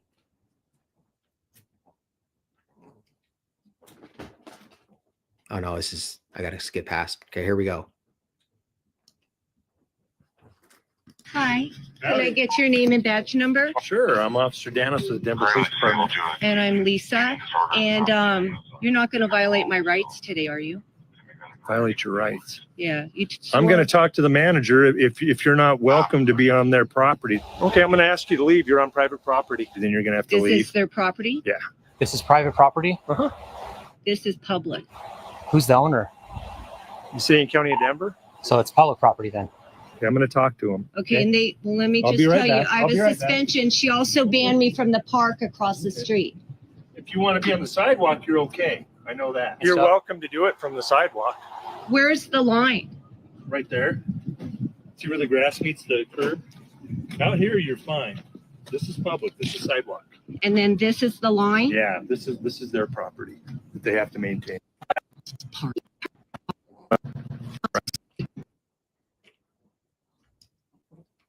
On right now, you're on private property. This is private property. Right now, that is the sidewalk is where you legally can be, and that's great. And there's even shade over here. You're welcome to be there, but you're welcome to do it from the sidewalk. This is the rec center's property that you're Through the standing door. on right now. You're on private property. This is private property? Uh-huh. No, right here. No, this is public. So it's public property then. Okay. I'm not going to argue. I'm Well, not going to listen, argue with you. Can I Okay. I don't want to argue with you. just I'm tell trying to help you with I this, know. and it looks like you're going to get admission. So anyways, guys, you can see he basically has the same script that he tried to use on me. Is like the exact same script, dude. So when I saw this video, I was like blown away. I was like, oh, dude, I have to showcase this. And this lady, dude, she's like an elderly lady, and she's just super nice, right? And these cops, what they do is they just take advantage of that. Like I say, if you don't know your rights, you don't have rights. And so if they think that you're a dummy, they just trample all over your rights. This lady is explaining the law to them perfectly, dude. I couldn't have done it better. She's explaining the Constitution, the law. You can't just trespass somebody from public property unless they commit a crime. Like everything that she said just went in one ear and out the other, dude. Like they didn't even pay her any mind. So like, that's the thing. You have to speak assertively. Like if you don't speak assertively, they'll just trample all over your rights, dude. They don't care. And if you can see, like, if you see the demeanor in that police officer, when I was talking to him, it was totally different than when she's talking to him. Not to say that she's not doing a good job. I'm just saying you could tell that he was like, oh shit, dude, maybe this guy knows what he's doing. But when she was saying the exact same thing that I was saying pretty much, they don't care, dude. They just don't care, man. So that's going to be coming out probably tomorrow if I can get the thumbnail done. I have the video edited, so it's already up on YouTube, but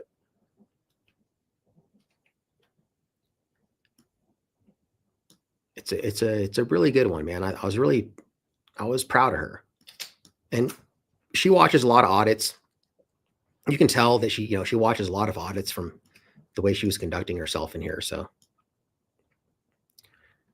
and then I had, there's just a bunch of interactions. Then she had an interaction with this other officer that came with Officer Danos the second time when she went back to the rec center to record. And I had an interaction with him. I never published it on YouTube, but it was just a little something I had. And he showed up, so I threw that in there. It's like an excuse for me to throw like this extra footage that I have that I never was going to use, type of thing. So, yeah. So she don't want to come up. I told you guys she won't want to.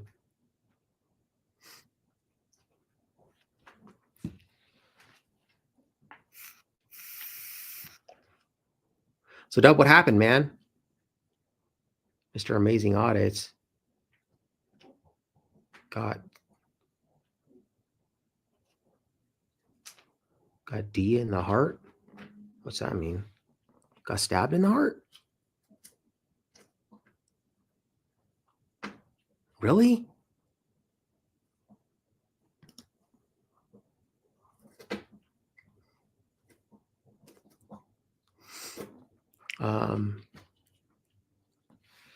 I know who you're talking about. If that's, he got stabbed in the heart. But Dubs, what happened to you, man? So you're out now, I guess. Obviously, I saw your girlfriend in here too, but I couldn't like read the chat.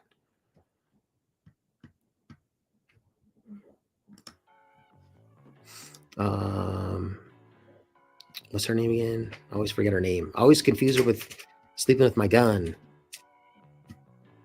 Scroll up, see if I can find her. Oh yeah, she'll slip your punches. She was in here. So as soon as you get out of jail, she's back in here. She's been gone. She was always in my chats, dude. She was gone until you got out of jail. Now she's back. He's in the hospital. Lady J and Mr. Amazing, dude. What? Is there a video of it we can watch right now? I mean, I have videos with Amazing Audits. I have one Belmar Library video with him. It was me, him, Sweet Tea. I think Abolish Qualified Immunity was there. Maybe like one or two other people. Can't remember. He was with me on a Belmar Library video. I never really, I stopped working with him. So he's, I don't want to say publicly, but he's, I can't work with him anymore. But I'm not really a huge fan of him. But I mean, of course, I don't think he should get stabbed. I mean, that's crazy, dude. It's not cool.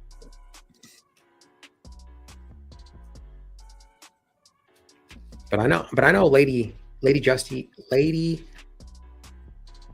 Justice Liberty Press, is that her name? She's a really nice lady.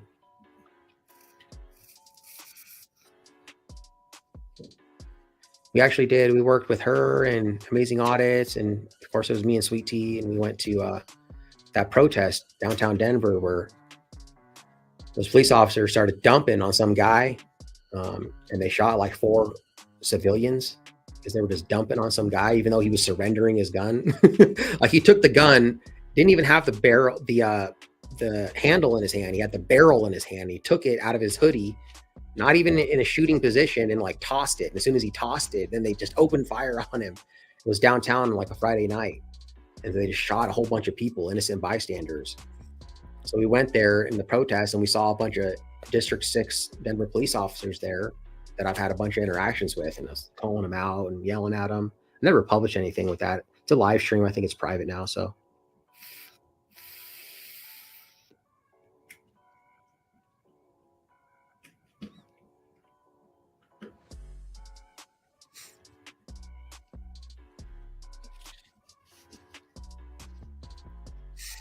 but you guys should check out the Deborah Swenson video. I know it's a long one. It's like 52 minutes, but it's because I put a whole bunch of speed trap videos in there. So you guys should check that one out. It's a new one. It flopped. Didn't do well, but. And then it's actually kind of a good thing because like the official DMA channel now, the main one, it's completely dead. So I lost my social media manager. It's not working out. And so it's good though, because keeping that channel alive just keeps people thinking that I'm posting on that channel, and then I don't think I'll get any traction on the new channel. It's probably a better thing for me. So that channel will not never, but probably not going to have any videos on it anytime soon.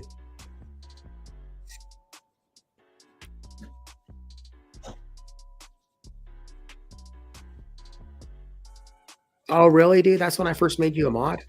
That's cool. It's probably like close to 3 years ago, dude. It was like 2.5 years ago.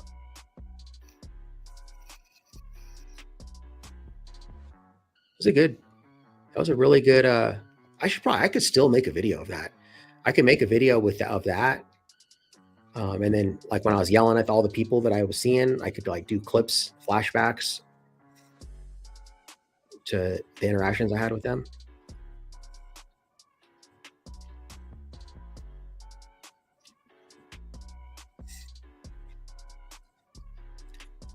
So they're in the hospital right now. Is there a video we can watch on them? Let me see if I can find anything.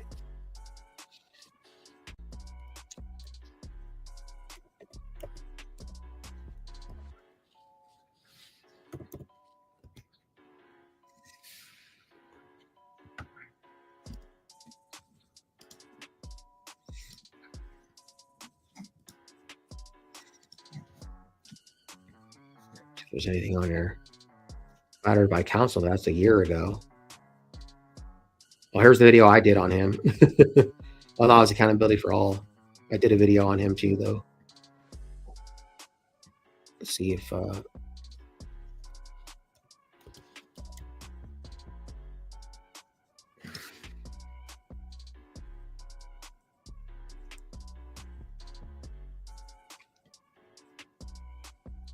this stuff's like a month ago. We've got 8. They say I have a warrant. Oh, wait.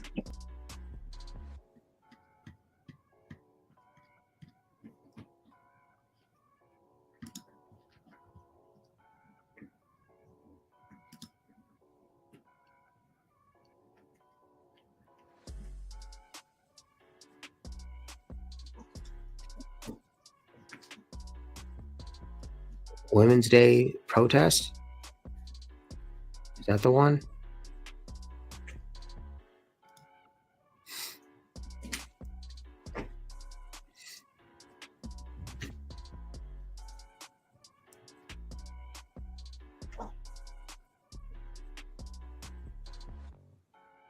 Oh, hey, Caddy. Yeah, if you want to move it, dude, you probably should move it. I mean, you can keep it on that one.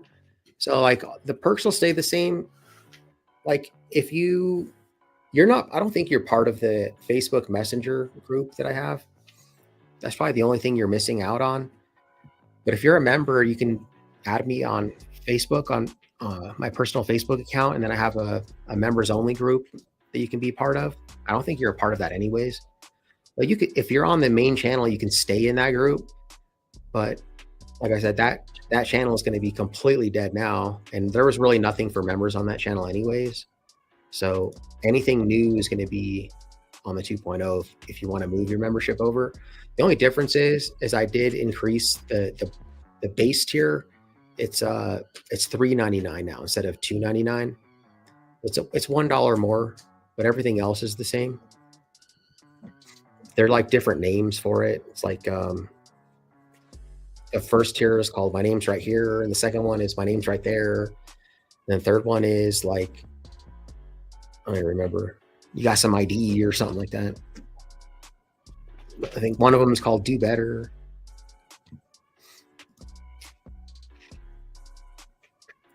Oh, it's the Facebook post. I see. I can't click that though. Can you like Facebook Messenger me that or something?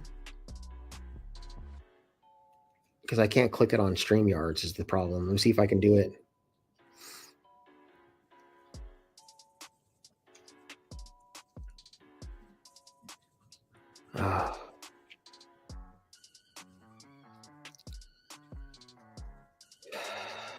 Okay, let me see if I can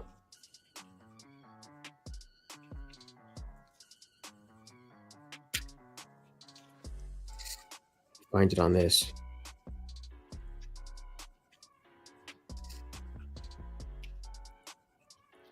Try to send it to myself on my phone.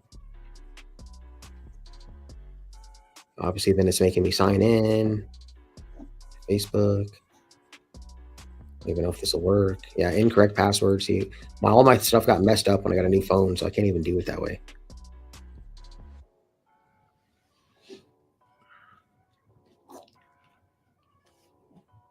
Yeah, I can't even get on that in my phone. See if I can share the link on my computer though. Like, see if it'll let me share it.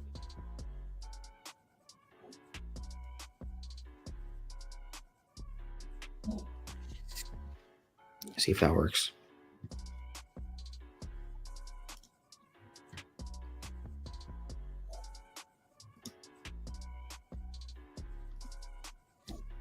Takes a while sometimes for it to work, like share.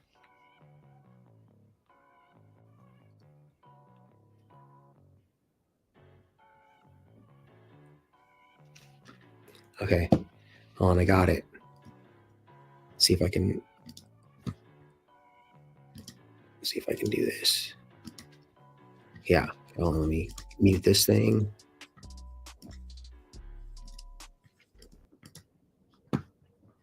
Okay. Hopefully you guys can hear all this. Okay, so here he is, guys. Amazing audits.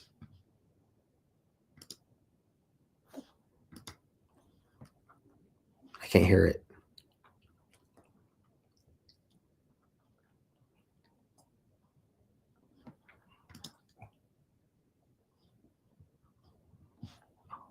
Was in an altercation. Okay, hold on. Sorry. I'm going to play it from the beginning so you guys can see it better. Okay, hold on. I got to start over.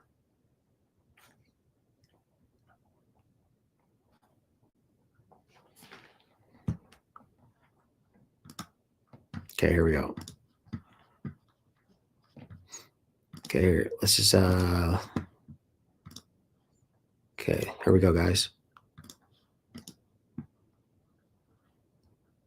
I'm here to give everyone a little update about my situation and express my gratitude and remorse. A couple of nights ago, I was in an altercation that led to a knife being pushed through my heart. I ran into the knife,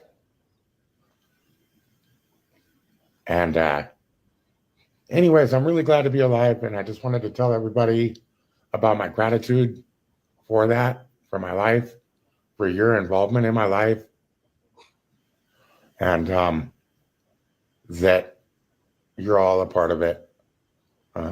I really apologize if my shortcomings have affected anybody, and I know they have. So I feel remorseful for that. I hope to be a better person going forward, and I love you all. I'm going to enjoy some breakfast at the hospital, and my recovery should be short. I'll be getting out of the hospital any day, and I love you guys. Thanks for all the well wishes, and don't worry, everything's going to be fine. Many of you may not know, I guess, that I've been housed up for a while, so things have really gotten better in that department. It's been almost 2 years since I've had to worry about homelessness. And that being said, I just wanted to update everybody about my condition, my situation. I'm looking for work in the Denver area, hopefully by my house, but it hasn't been easy getting callbacks. I feel good. I feel great, actually. The doctors feel good about my recovery. If you're interested, for whatever it's worth, I mean, for the sensationalism of it all, I was stabbed in through my left ventricle in my heart. The doctor said he's never seen anybody survive such a wound. And it's strange nobody's coming in here. Hi, guys. I might have left that part out. I'm here. Wow, that's crazy, man. You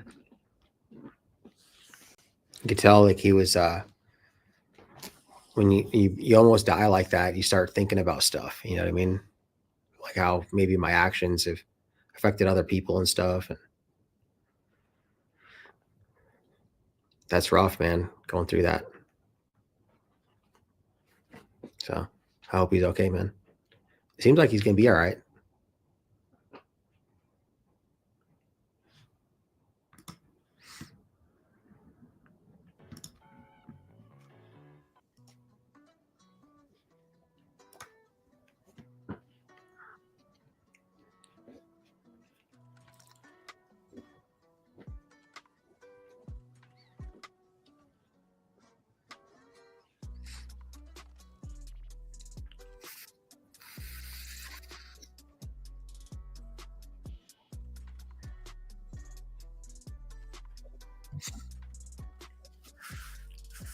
So I don't know, guys. I might have to shut it down soon. It's already 12:30.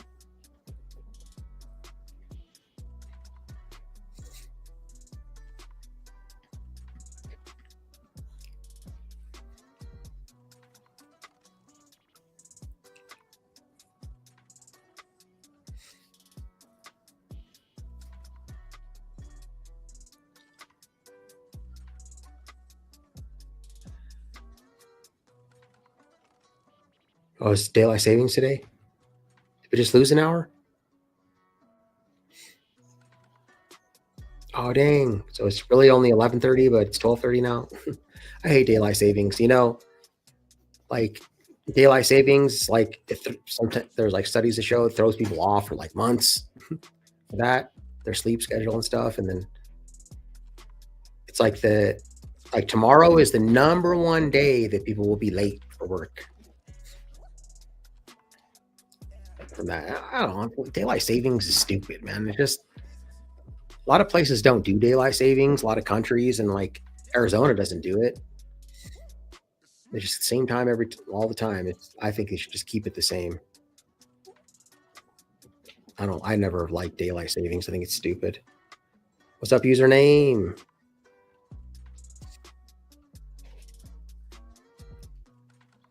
Do you even know why they started that in the first place? Was to like save daylight so they could work an extra hour or something like that.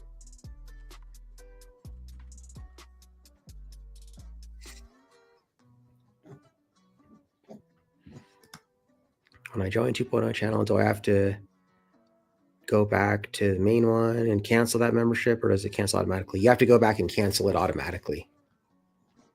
So I think if you go to like your YouTube app and then like, I'll show you. So you have your YouTube app, right? Oh, I got this thing on, so it's not going to work. Let me take this off.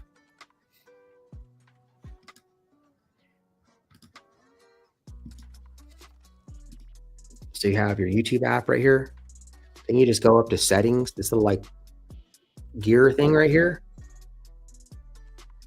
And then you go to purchases and memberships right there.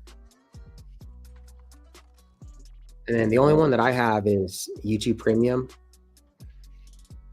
But on my other channels, I have some, let's see. I think that's how you do it.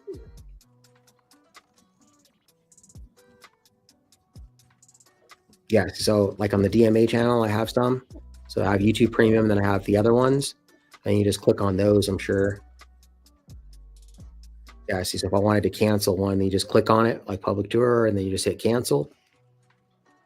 And you just cancel it. And then you won't be charged. Yeah, it's a benefit for the farmers. That's what I was thinking. Yeah, that's what they were doing. But like John Winchester said, in like modern society, it's not, you don't really need that anymore. It's first used in Germany in 1916.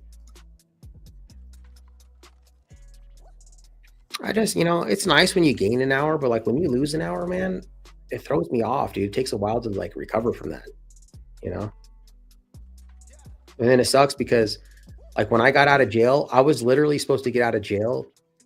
I think it was like the day of daylight savings or like the day before or something. Or like the day after, I mean. And so I was like, oh, great, I lose an hour. To be in jail an extra hour, you know what I mean? Like, it's only an hour, but I mean, when you're in jail, like, an hour is a long time. I ended up being in there like a whole extra day and a half anyways, but.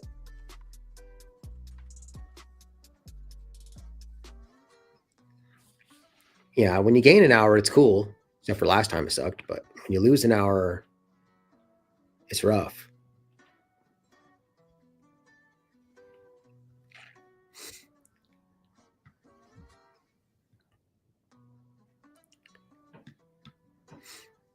And then I got, I figured out I actually have a lot of trolls that come onto this channel, dude, and like that watch stuff. And it's like, like, because even me, like, I always say, if you don't like something, just don't watch it, right? You don't want to like focus your energy on something because then it just ruins your own day. Like these trolls, like there's a lot of people. The majority of people, if you guys, I don't know if you don't know this or not, but the majority of people hate First Amendment audits. They hate cop watchers, all that stuff. They think it's stupid and that you're just antagonizing and, trying to create a problem and stuff. But the majority of people don't actually sit there and like watch troll channels or like watch these channels. They can purposely put themselves in a bad mood, and like follow everything they do so they can click on it and be pissed off and then leave them a stupid comment. And like, I even don't do that. So like, I really don't watch audits that much because they do put me in a bad mood. You know what I mean? And I'm overwhelmed with them, but like, it's part of my work, but I don't purposely watch them like I used to. You know what I mean? So for people to sit there and like not even my auditing channel, it says really not much to do with auditing. I mean, we talk about way more different stuff than audits on here. We talk about some audit stuff too, but usually it doesn't have anything to do with auditing. But they sit there and watch it. They watch all my live streams so they can leave a comment on something I did on a community post. And I'm like, dude, if you dislike it so much, why do you waste your time like following everything I do that you hate? So you can just be upset. I don't understand why people do that.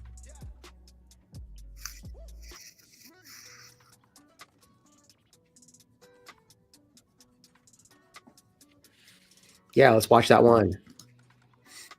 Let's watch it. How can you send it to me though? I can't. You can send. I guess you could throw it in here, and then I can get it on my phone.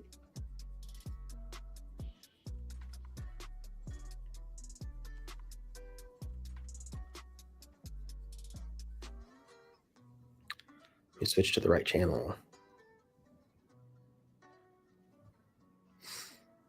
This channel's growing too. I'm at 380 something subscribers.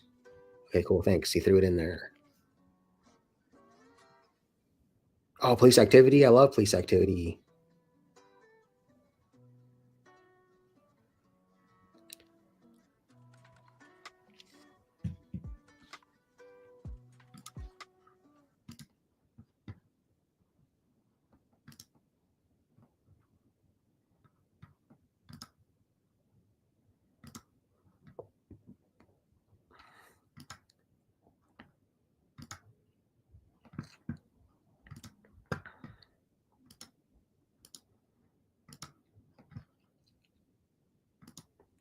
Oh, I saw a thumbnail for this one. Overdoses on fentanyl.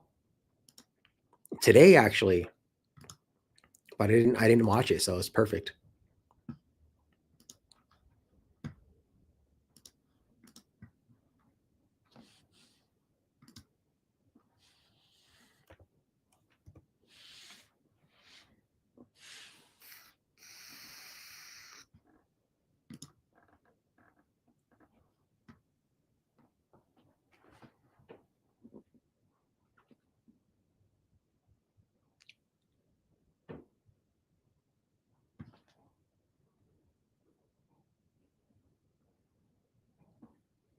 Is there supposed to be no audio at the beginning?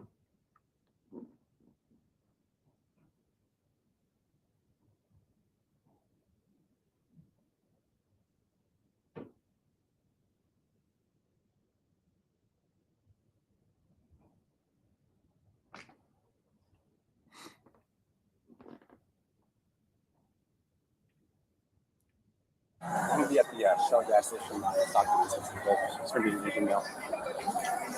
Real quick, I figured out what that is, guys. Like, there's no audio in the beginning, the first 30 seconds. It's because when they click their body cam on, it starts recording from 30 seconds prior. So I guess the body cam is recording the entire time, but there's no audio. So I guess maybe it does save battery though if it's not actually recording. I don't know how that works, but On those Sheridan videos where, you know, like the one with the barber where he clicked his body cam on, the first 30 seconds were silent. I figured that out because you can see him, you can see his hand go up and click it, right? And that's when it clicks on. So it starts 30 seconds prior.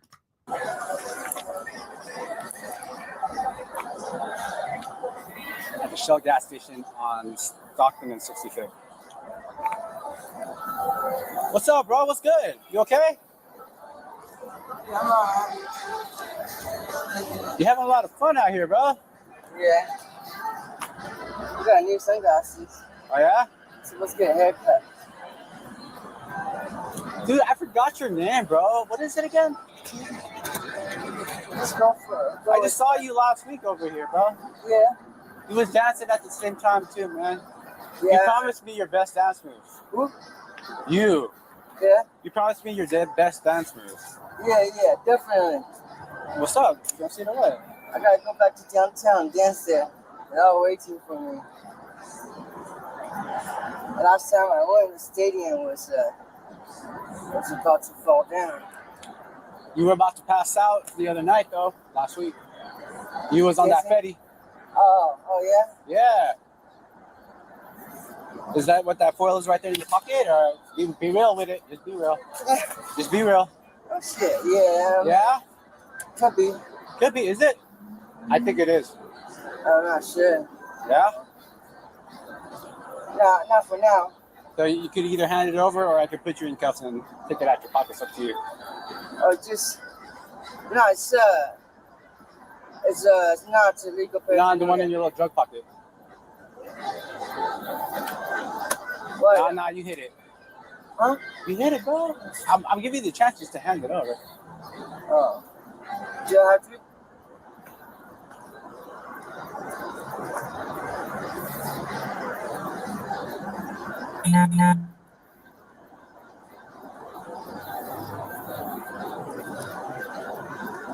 So I hand it to you and then what? Hand it over. Hand it over.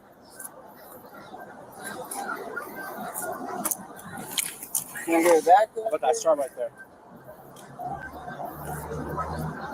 Right there. Right there. You know how it goes, man.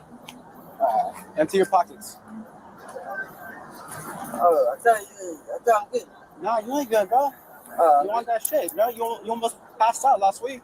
No, I didn't. Yeah, you did, dude. You were about to Narcan you. Nah, that wasn't me, sir. That female deputy from last week? I didn't go there. You want me to do my job? No, but in general.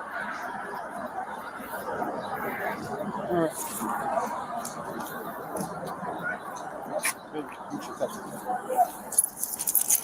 Got nothing hiding.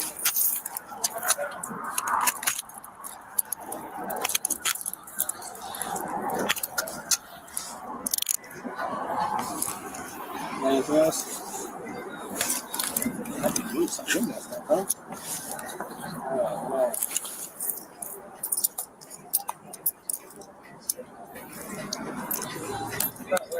Over there?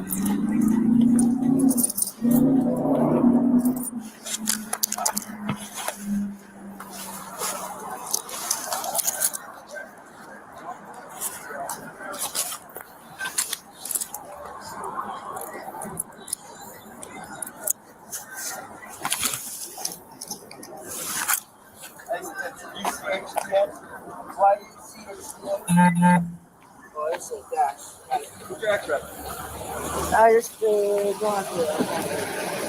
What's that? Hyphen.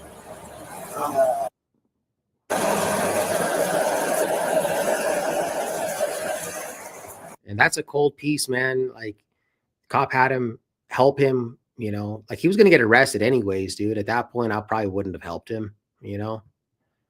I would have just made him arrest me. He's going to arrest him anyways. I mean, like he literally was trying to see. That's the thing about cops and how big of manipulators they are. Like, see, even the guy was saying, hey, well, what happens now? Right. Like he thought, oh, if he just gives it to him, that like he was going to be fine. Like he's going to let him go or something. Like the back of his mind thought that.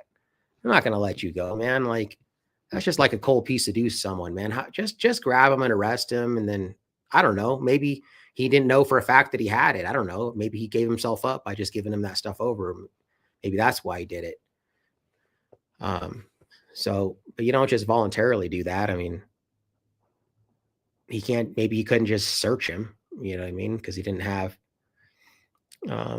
reasonable suspicion that he had the drugs. I don't know, but that's just a cold piece, man. I think this whole situation is immoral, and I'm not advocating for people to use fentanyl, but I mean, people just want to get high, dude. And if he's not hurting anyone, like this is a travesty, man, in my opinion. And people have been getting high since the beginning of times, man. And I bet you anything, this police officer, how much you want to bet he drinks alcohol? He goes to the bar with his cop friends, and it's like a drug's a drug, dude. I mean, alcohol is one of the worst of them. I think this whole thing is just disgusting.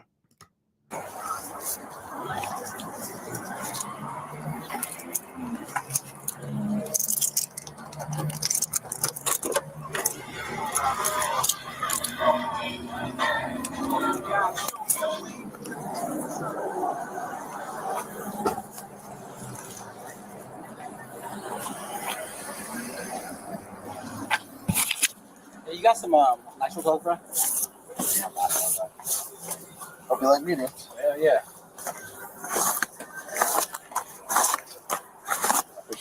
I believe we have the.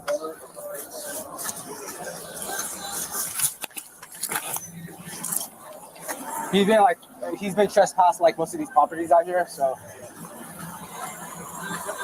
except for here.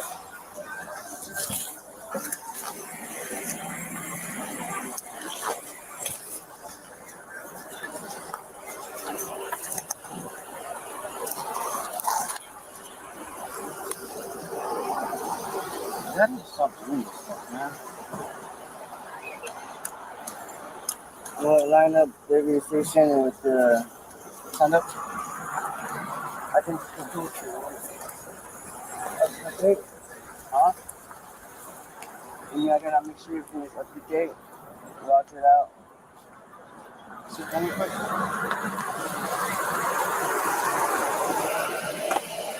What is this? What exactly is this? Pistol? Pistol?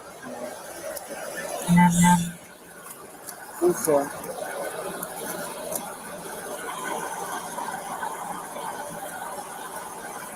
Oh, you just been chasing your drag, huh? Yeah. You see how he's like trying to be his buddy? Oh, so you doing the dance moves? Da, da, da. Like I could see the fakeness right out the beginning, man. I don't know, man. Like it takes a certain type of personality to become a police officer to do this. And it's just like it's a sick type of individual, man. And there's some cops that are cool, man, like Detective Matt Thornton. But I mean, those are the unicorns. You know what I mean? Most of them are they're just I don't even know how to describe it, man. They're just very egotistical, not good people. I don't know how else to put it. They're shitty people, man. You got fun?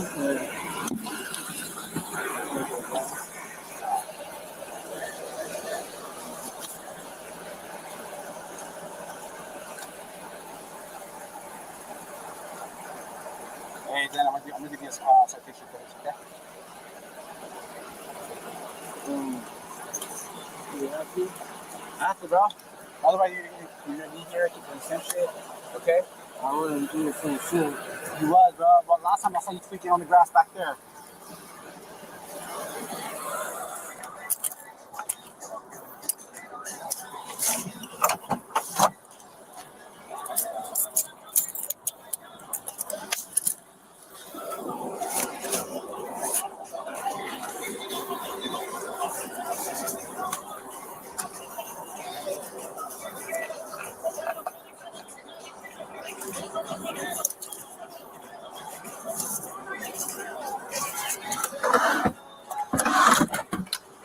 I'm just gonna ride him real quick.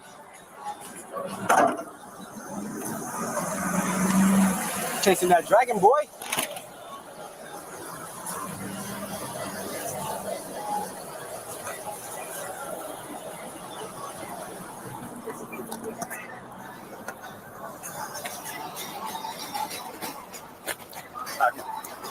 You're not going to jail. You're just gonna get sitting here. All right. Have a seat.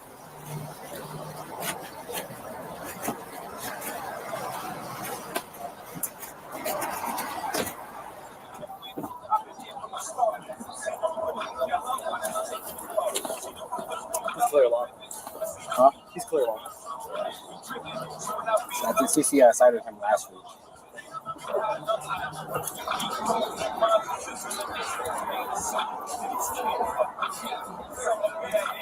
And he's only 3 CNOs, dude.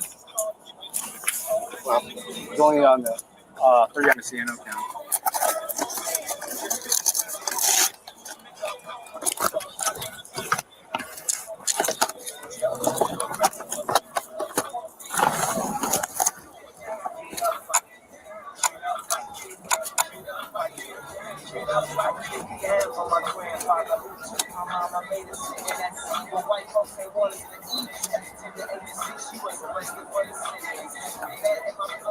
I'll pull that car up. All right, brother.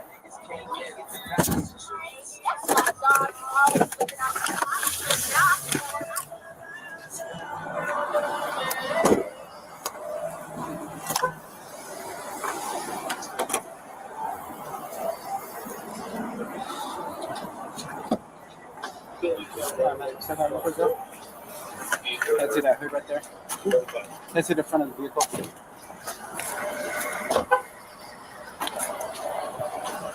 Hey, just give me about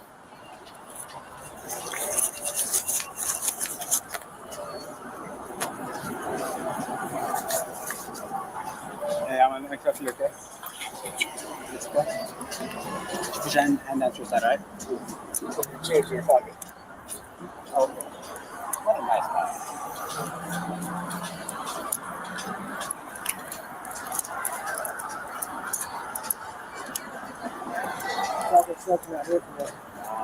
You scared him, bro?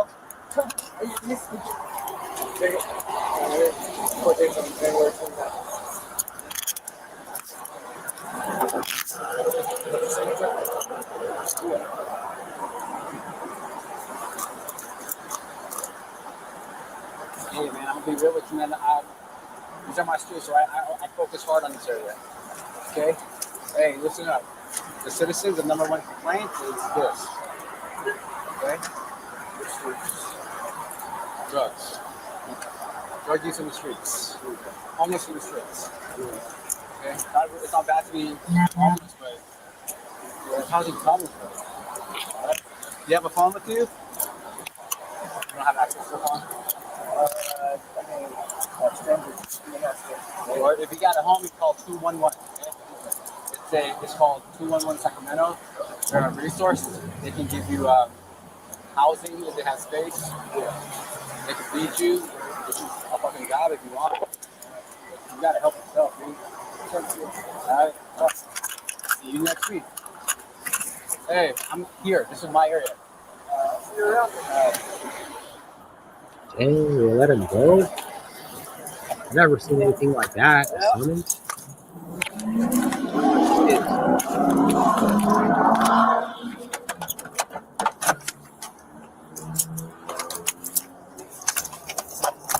Never seen anyone get a summons for a felony. Very, very low volume.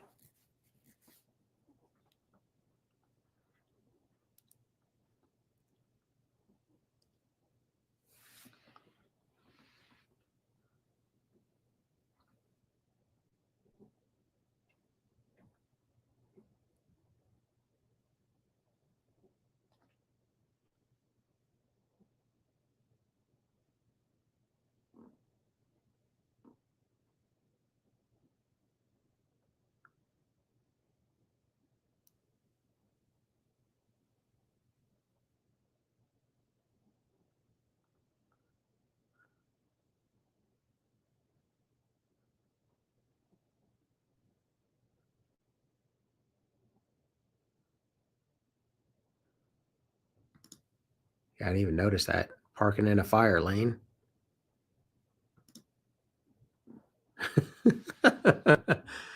I mean, these guys are just something else, man. Look at all those parking spots right there they could just park at. I mean, that's just their mentality, dude. Above the law, doesn't matter. I can park wherever I want.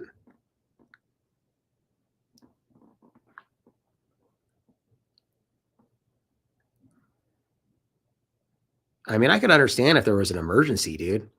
You know, if they had their lights on and they came in and something was happening, but like, you see him nonchalant, just walking in there, wasn't even looking where he was going. He had his eyes on his phone the whole time. This guy nonchalant, just walking in there. I mean, this is not a good look for the police, man. This is why people don't like cops. It's not that. This is just regular common sense, man. I don't understand why cops don't understand this.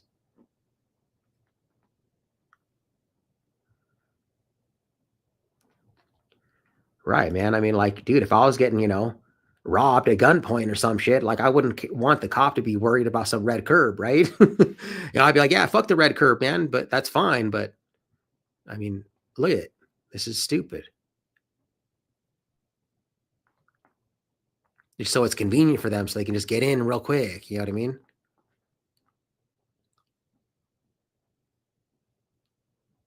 But then what happens if we do that? Well, I wonder why he's got his body cam on still, though. This is where they go to get high or something?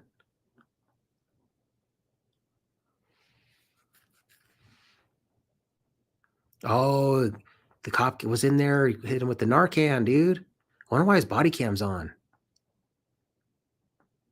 Dang, is that the same dude? The asshole cop? Morales! Wake up, bro! Morales!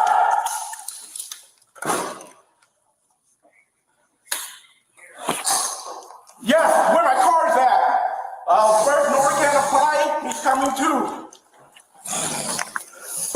Leave that door open! Morales! You good?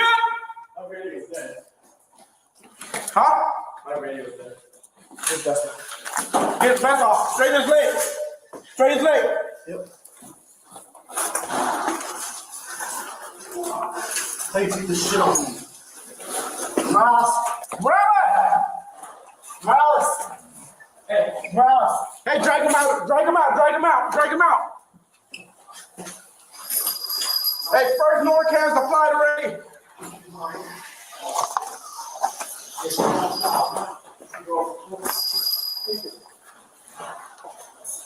Hey, the gun's still in there. Morales. Leave that door open so it airs out. Because I don't know what else is in there.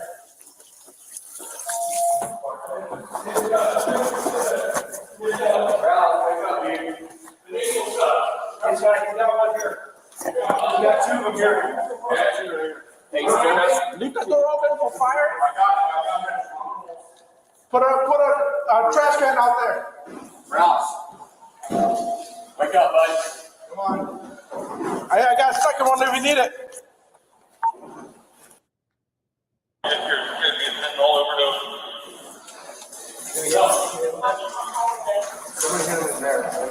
I hit him one already on his left nostril. Give him another one. And that's when he came to. That's when he came to when they pulse. How's it? Pulse? You got breathing? Not breathing. You got pulse. Fuck. There you go. Whose car is this? That's his car. That's my car. I came to use the restroom. I thought he was in there taking a poop, and as soon as I opened the door, he's leaning against the corner. So I ran back and got my Norcan. I'm gonna move my car out of the way, at least. Yeah. Hey, extra, just in case. I gave him one. I think they gave him another one. Looks like fentanyl overdose right now. He's down. Yeah, he's down. There we go. There we go. Come on, buddy. There you go. Wake up, bud. There you go. Wake up. Come on, Mark. Come on. Wake up, bud. Come on. Come on, man. Wake up, Ross. Wake up, Ross. Wake up. There you go. There you go. Hey, you want to roll into the recovery at all? I'm going to start rolling into the recovery at all. Just because of all the mucus and shit from you getting that. We'll keep him like this. He's got to breathe in. He's got to roll. Come on, Mark. Come on, bud. Come on, Mark. Mark. Come on, bud. Yeah, starting up, not gonna help. One more. Fourth dose. Is this the arrogant cop that we were talking about that was saying, "Oh, let me see your dance moves and all that stuff," and hey, I'm giving you the chance to take it out and take it out of your pocket and give it to me? Is that the same guy? Looks like the same guy. He was leaning against. I ran out to the car and got my more tag, came back, I gave him the first dose, and then someone else came and dragged him out of there. Good. Come on, Mark. Snap out. Snap out of it. Come on, Mark. Yeah, however long I've been locked. Come on, Mark. However long. Yeah. We're good, Cat. You said strong pulse? Don't worry about that later. We're only about intensive right now. You got strong pulse, respiration, this appears to be somewhat. How many more RPM for you guys? He's got 4 in him right now. Come on, Mark. Come on, man. Come on. Come on, Mark. Wake up. Wake up. Wake up. Lift his head up a little Keep bit. going. Come on, you're good, bro. Come on, man. Get his airway straight. Game 4 ready? Yeah. Come on, Mark. Wake up, Mark. Wake up. Come on. Hey, they're coming up. All right. Cool. Come on, Mark. I'm gonna try to wake up one more time. Dan, you're done with that? Yeah. There we go. There we go. Come on, Mark. Come on, Mark. There we go. Hey, take this. I'm going to the ambulance, Mark. Come on, Mark. Come on. Come on, Mark. There you go. Keep breathing, man. Stay with us. You're good. You're good. Keep breathing. Come on. Pulse still strong. Still breathing. Yep. Come on, Mark. Come on, bud. Come on, Mark. There you go. There you go. Was there anything around him at all there? What's that? Yeah, there's a pipe in there. What's up? I saw a pipe. It's sitting right there now. Okay. There you go. There you go. There we go, Mark. Keep breathing, bud. Keep breathing, Mark. Come on, Mark. Come on, dude. You're gonna be okay. You're good.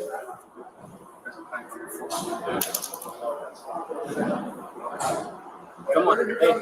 Hey. All right. There we go. Keep breathing. There you go. Let's go. There we go. Come He's on. coming to a little more. Yeah. Seems like it's starting to Pulse kick in still better. strong. Come on, Marvin. Come on. Come on. Is it rapid at all, or is it nice normal? Nah, it's rapid. Okay. What's up, guys? He's been down for about 5-6 minutes now, 4 minutes in our hand. Good idea. Strong radial. He's got some light respiration. Okay. Not a conscious hold on. Do you guys have any history of drug use or anything? No, we found a meth pipe. This might be right here. What? Nope. Do we want to put masks on? If it's been all up in there for a while, or? I said it was in a glove. Yeah, I'm not seeing it. A couple more gloves. I felt those. It doesn't look like anything's in it. That one's empty.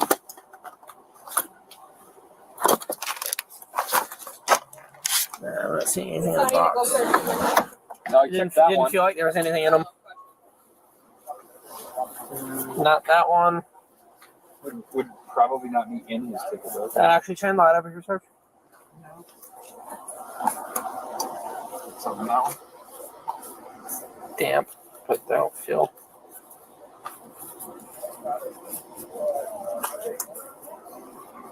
Don't feel anything on that one. I don't see any other gloves floating around in there, do you? No. I don't think it would. I don't think it would have. I wouldn't think so, but Unless he already booked it. Hey, Yes. can you do me a favor? What do you mean? Actually, I'll have. What do you mean? Pull up his last call that he was on and see if he already logged anything in RMS for it. I'm surprised we haven't done that, and if we're not finding it, he could have already possibly booked it. I was like, he was on our 415 family, and it didn't say anything about show. No, he was on a. He collected dope at like 6:30ish. Okay, so he was on our 415 family after that. because we could check copy, right? Yeah.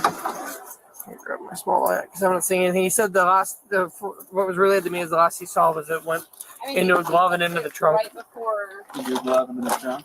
Yeah. The guy told him it was meth according to the updates. Okay.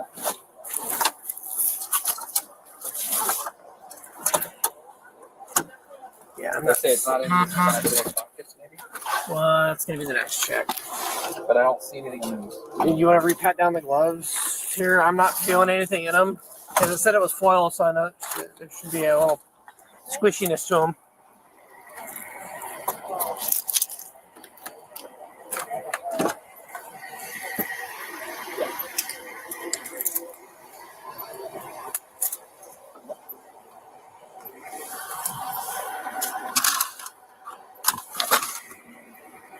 Remember when I said, "Oh, hey man, this is totally immoral," and that, you know, I bet you this cop, he goes to the bar and drinks and stuff.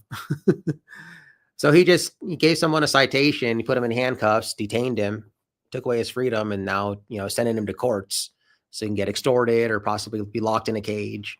Meanwhile, he's over there doing the exact same thing.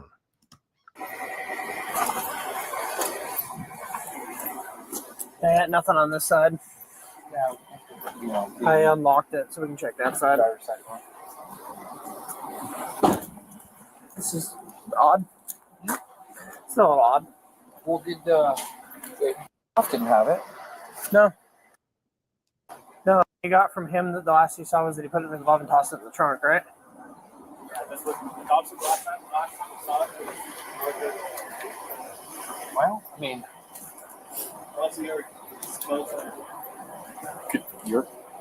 That's fine. I mean, So that's why I have them checking in hopes that he already logged it in. did they cite somebody for it? Yeah. So it should have gotten booked. Or it should be floating around somewhere. That's not my thing. I'm still rolling hot since we're still looking around in his car. In RMS, but in the call it says he secured the meth in the hatch of his patrol vehicle. Yeah. So But there's nothing in RMS. When I looked at property reports.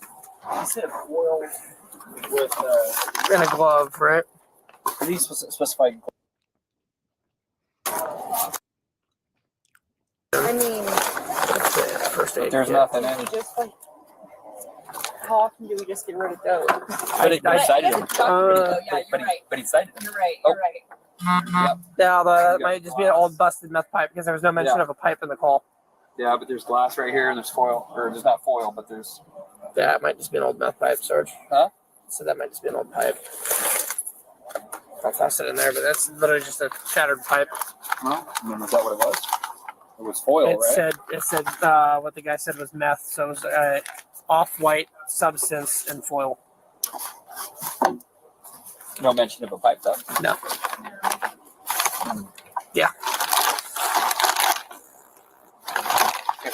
Just because of where that's at, I would assume. They put his carrier vest on your chair, and maybe it's in that. Could be.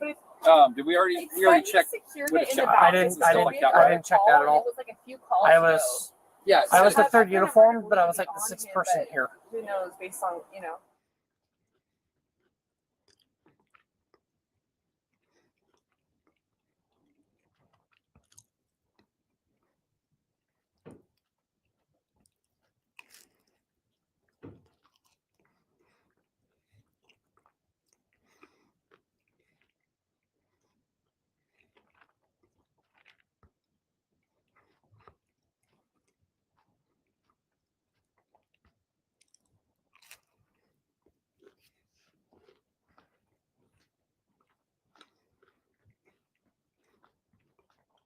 I mean, that's so disgraceful, man.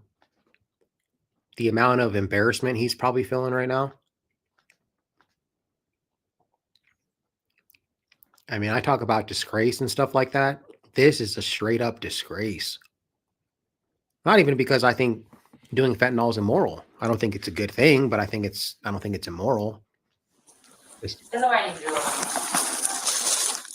You know you're where I went.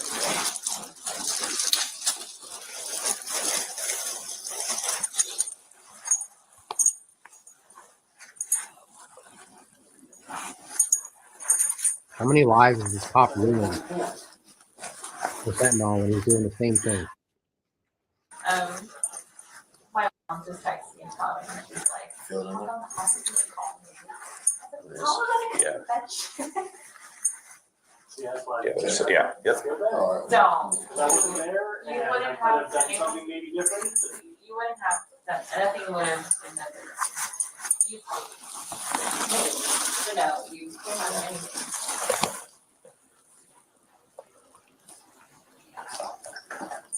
Yeah, you can send you over here. We're in room 23.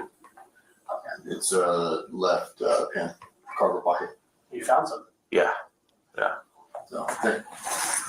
The glove that what Abe caused this from, that exposure, it has it was a foil that they pulled off of like from a call. And I think it just you can feel the foil in there. Yeah. I don't want to fucking open it up, get us all exposed. Yeah. You know what I mean? It's crazy. Shit happens quick. So I'm always worried about, like so many times I search people with no gloves. Yeah. Not even thinking, you know? And it's like, fuck, like, all lucky. Like that one cop in SoCal, he was exposed to it. They were just getting rid of some drugs that they found. Yeah. And he wasn't touching with no gloves, and boom, hit him. He fell out right there. Right out, dude, yeah. Yeah, I'm not familiar with that fentanyl thing. Yeah. Like, supposedly if you ingest it, like. It's transdermal. Your skin will absorb it. Yeah. Yeah. Yeah. It doesn't take much. Who knows the concentration? Yeah. No, it's not. Guys, Well, I use gloves. like the stuff they do in hospitals is micrograms, right? Yeah, it's nice. Out here it's in grams. So it's, I mean, And it's that's 1 gram is enough to like screw somebody up. Yeah. It's good. Fentanyl all the Less than a time. gram. Well, I mean, Like a, yeah. like You know a, what yeah, no, I know exactly what you mean. Just like a tiny speck could kill you. Yeah. It's Like a minimal fraction of your pinky nail. Yeah. Yeah. You guys I know. Yeah. Like I really am surprised it doesn't happen more often. Yeah. You know? you guys are like, especially if you're finding somebody. Yeah. You guys I know. I know. Yeah. All right, don't put that on me. Don't put that on me. Yeah. I'm just saying.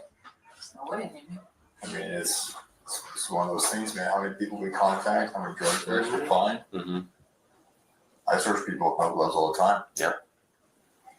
Sometimes you don't have time. Well, most of the time I do. Will you guys be carrying our pen, right? Yeah. Yeah, we all got it.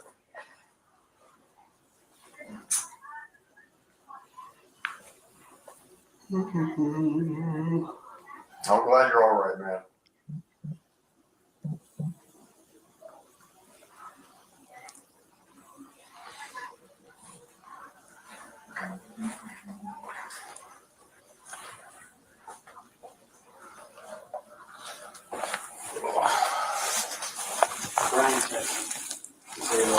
Maybe he's too high to feel embarrassed.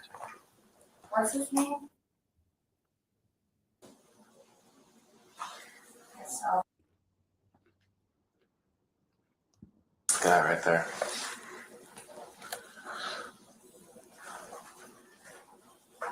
he's so popular, right?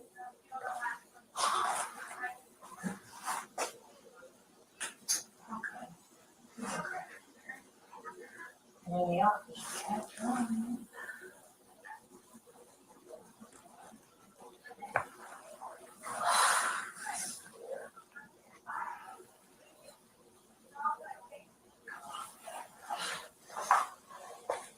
I'll think that going home today or tomorrow. Oh, really? They're probably gonna monitor. Wow. Did they double check his head, make sure you have a bump on the back? Yeah, the CT looked good. I was Okay, asking good. like if the toilet is like next to a wall because I think he brushed his head. Was he in the hallway bathroom or in the locker Yeah, room? the hallway bathroom. The one in the front lobby.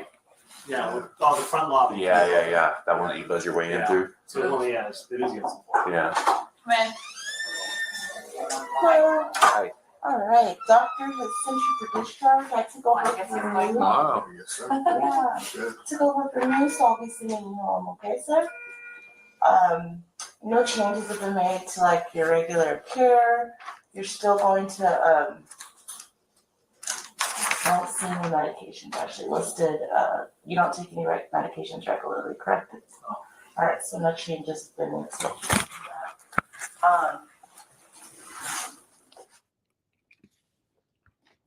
Wow.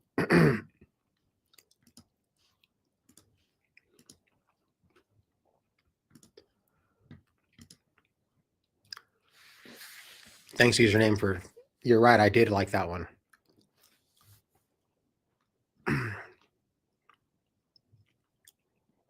I wonder what happened to him.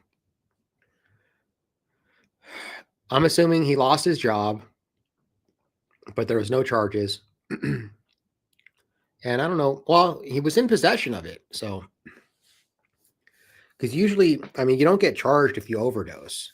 You only get charged if you're in possession of it. So they did find. So if he didn't get charged, that's telling. Because any of us would have been charged. If we OD'd and they found some fentanyl in our pocket, we charged with a felony.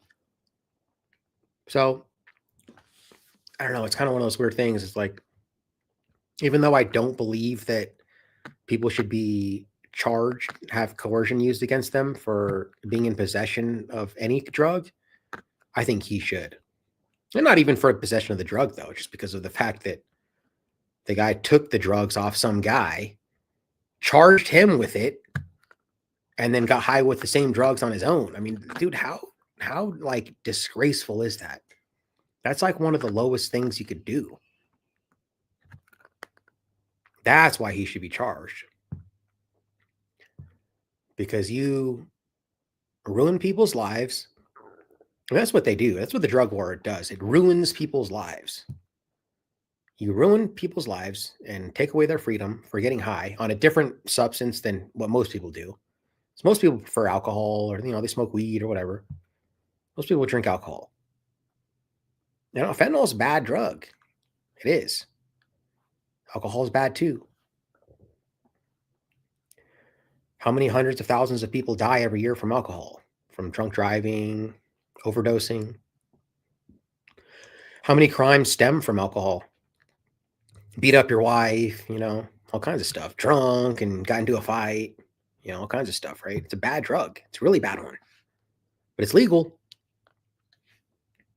But this cop's over here ruining people's lives over fentanyl, and then he's doing it himself, man. I mean, that's just the one time that we found out about it. I'm not saying that all cops do this, but it's still probably a rare instance, but it's definitely not the only one.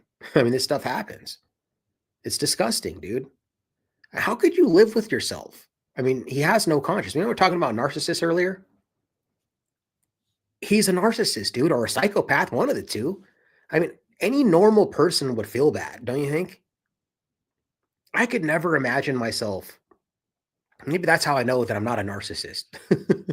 I couldn't just imagine myself like literally ruining a guy's life that day for some fentanyl, and then a couple hours later doing it myself. Like you know that you're doing it. Maybe no one else knows, but you know. I could never imagine doing that, dude. I'd feel too bad. Maybe I have a drug addiction, but like, I think I would quit my job. I don't know if my conscience would allow me to continue to have that job while I was doing that. I'd feel too bad, man.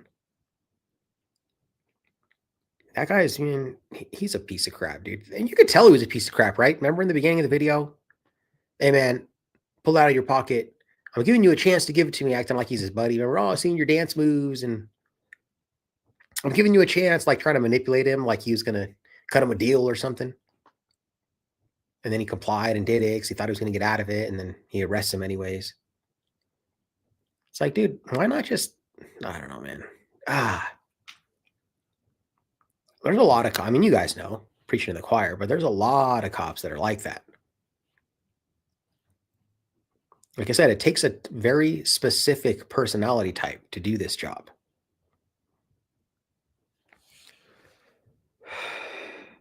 Yeah, but they were saying meth at first. And it's like, no, when people are high on meth, they don't act like that.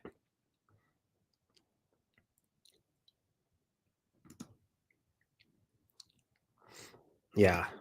What's up, Nick? Can't be a cop when you have a conscience, bro. And, like I said, I mean, not all cops are like that. I'd say more than half, though, for sure. The majority. But there's some that they're just regular people. They're just misled. You can tell, like when you talk to them, you can tell the ones that are straight up narcissists and the ones that are just, they're good people, but they're misled. They think in their own hearts that they're doing like a good thing. They're doing a service and it's keeping everyone safer and all that shit. Like they think that. They're manipulated. They're fooled. They're naive. But you can tell the ones that are they're just straight up piece of crap. Like you're talking about the Sheridan video that I just dropped. Like Jesus Hernandez from Sheridan. He's not a bad guy. Like a piece of trash. Narcissist. Like he thinks in his heart he's doing the right thing. I can tell. I can sense the energy. But then you got like guys like let's see who else was in that video. Well, you got Chris Valco.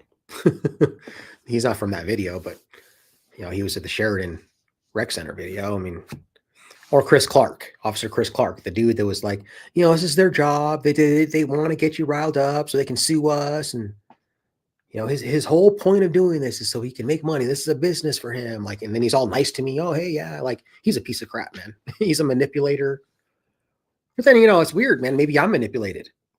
Because when he came to the cell after that, when I got arrested, he was nice. He offered me some water. Like maybe he's one of the guys too, that just like, he thinks like they're misled. A lot of people are misled about auditing. They just think that's literally, I mean, he truly believes that. I don't think he's making it up. He truly believes that my goal is to just make money from YouTube and sue the city and get you riled up on purpose so that I can sue the city. That's what he thinks.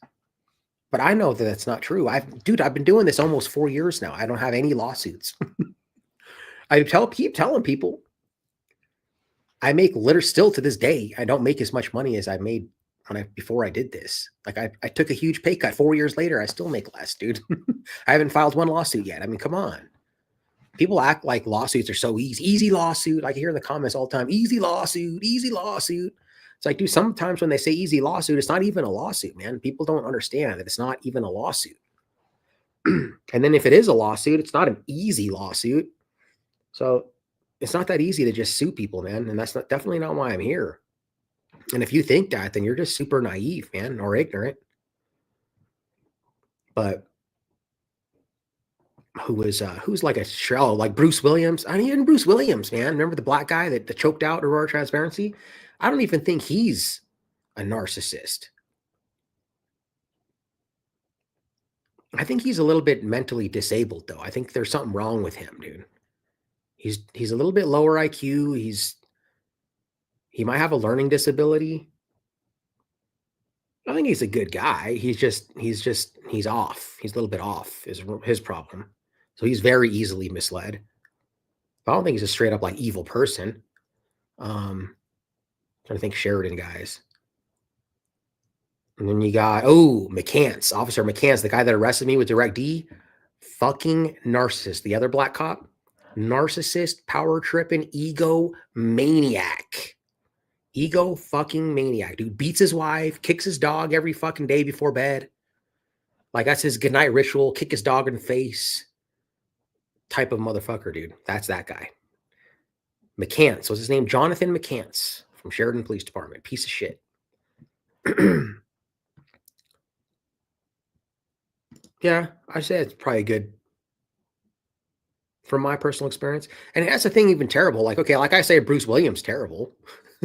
Because he is, man. He's a piece of shit. I mean, we came into the holding cell, shut the fuck up, and all that, like talking to me like that as I was locked in that cell. Like, he is a piece of shit, but is he an evil person, though? No, I don't think Bruce Williams is an evil person. Jonathan McCants, evil, sick ass motherfucker. So the evil, sick, twisted motherfuckers are probably still definitely high in police, law enforcement, but probably like 20, 30% of them are evil, sick ass motherfuckers. And, like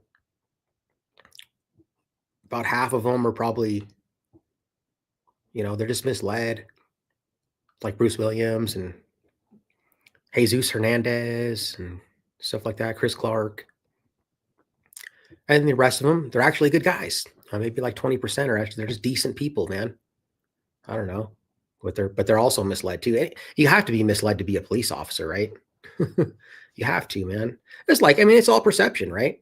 there's no objective viewpoint. I mean, they think that I'm misled.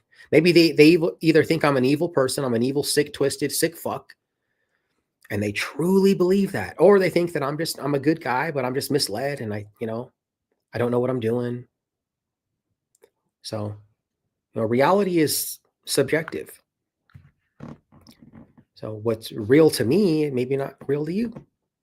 We all create our own reality. So I could easily have a dozen lawsuits.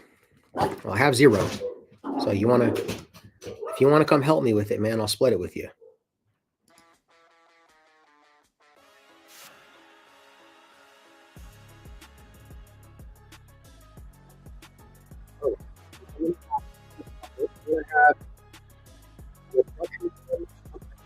I did file a tort lawsuit in New Mexico. We got kicked out of that building. So that one's pending. Got to check up on that.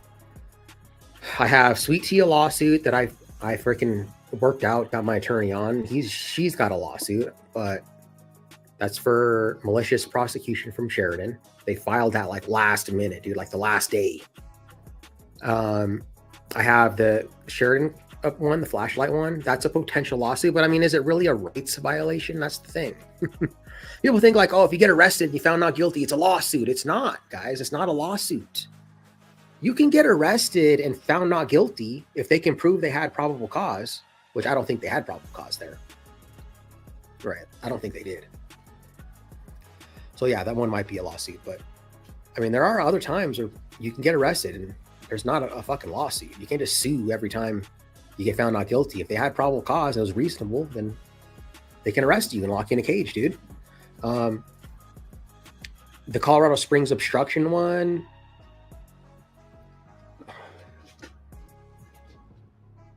my attorney's working on that. He's thinking about it. Because you got to go in with a certain specific thing. You know what I mean? Like, clearly it wasn't obstruction. I mean, on several terms, they charged me with a city ordinance, which doesn't even apply to medical personnel at all. And that's what they said that I was doing. Lots of different things. So I might have a few lawsuits, yeah. But I mean, it's hard if you want to do a pro se.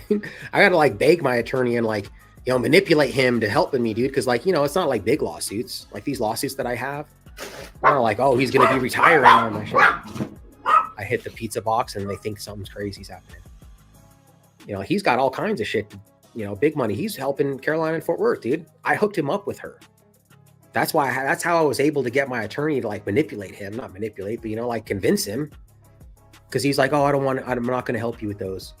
He helped me with the criminal part because he does a lot of shit pro se. I don't know why he does that. Help his resume. I don't know. He is kind of a younger attorney, but he didn't want anything to do with it, man. I was like, fuck, I'm on my own. And then talking to Carolina, and he's, we're talking millions on that lawsuit with Carolina, dude. And so I was talking to him about it, one of my court dates, and I was like, oh, so you get some good money on this one, huh? And he's like, yeah, hopefully, yeah. I was like, cool, man. I was like, hey, well, dude, I need help, man. Can you help me? And it's like he could tell he felt bad, and he's like, all right, well, yeah, let me think about it. Let me think of what we can do. I'm like, all right, cool, man. So that's how I do it. I give him a good referral because I've already hooked him up with a couple of good referrals, dude, on lawsuits. So it's worth it, It's why it's why he does pro se stuff for me, because I do hook him up. I've already hooked him up with 2 fat ass lawsuits. So I mean, he's a smart guy, dude.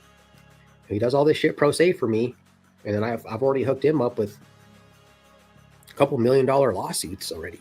One here in Denver, that old guy that got pushed down to the ground for no reason, dude. Like, you're standing on a sidewalk, shoved him, he had to leave on a stretcher. I gave him that one, and then I gave him the Carolina and Fort Worth one. So what's up, Jay? Jay Duel 3. I've never seen you in here before. Just kidding. I've never seen you, man. It's first time. Thanks for coming in. I told you I remember you. Pro se. Yeah, dude. So I'm the only person. I can't say this for a fact. This is what I believe to be true. Because my attorney, has helped a lot of the Denver people for free. I'm the only person that I know of that has actually paid him, and he didn't ask me for anything. I just gave him money because I felt bad. And the guy's done probably 70 grand worth of stuff for me, dude. Like, if I didn't have him, do you think I could do all this stuff, take all these arrests? You know, like when people say, oh, take the arrest, you know, blah, blah, blah, and they make fun of you because you don't take the arrest and shit. It's like, dude, fuck you, man. Like, seriously, unsubscribe, never watch another one of my videos, and fucking kick rocks, dude. Fucking pound sand. Fuck you, dude. Fuck you. First of all, to risk your freedom like that, like people act like it's easy. It's not easy, dude. It's hard. And then people don't have tens of thousands of dollars to spend. You know, I'm lucky. I do take a lot of arrests because I can, because I have my attorney that helps me for free. But I had to, I paid him, not much. I think I paid him like 2 or 3 grand. I just hooked him up with some money. I just, here, man, here's some money, dude. You know, thanks. It's like a drop in the ocean, dude. So he does all that shit for free for us, man. So I'm lucky for that.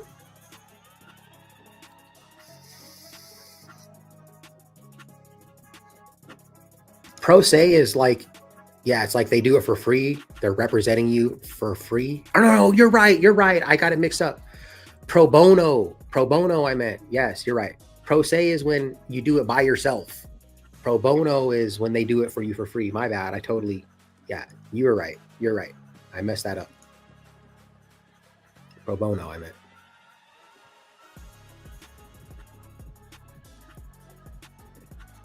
Oh, dude, telemarketers, man.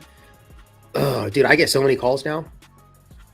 Scam likely or whatever. I mean, I probably get like 15 scam likely calls a day. And then like somebody found my phone number and they, I think this is what happened. Some troll found my phone number. I get calls from people that are like trying to do UAs. Oh, hey man, I'm trying to do a UA. So I don't know what happened with that, but I don't know. Like, I thought about changing my phone number, but I don't know how difficult that would be because I have all kinds of stuff like set up to my phone number. You know what I mean? So I just ignore it. I'm like, whatever. If I do a live stream, I figured out how to do my thing where I can make it so I don't get any calls to mess up the stream. So I just deal with the calls. But they start in the morning, around like 8 in the morning, go till like 2, 3 in the afternoon, like once an hour or so. Get a call. But like, yeah, telemarketers, man, what a shitty job, dude. I don't think I could ever do that job. I know, dude, because I was saying it so convincingly. You should watch one of my videos on empirical miracle, man. It's like words are powerful or something like that. It's true. If people say stuff and they really have confidence in what they're saying, that's how people are manipulated so easily. I had you doubt yourself and you were right. Because in my own mind, I thought I was right. You know what I mean? So that's the thing. Like when people, like good manipulators, they convince themselves of their own lie. Like deep down, they know that it's a lie, but they convince themselves that it's true. And then they're able to manipulate even better because like they believe it. They don't really believe it, but they convince themselves that they believe it.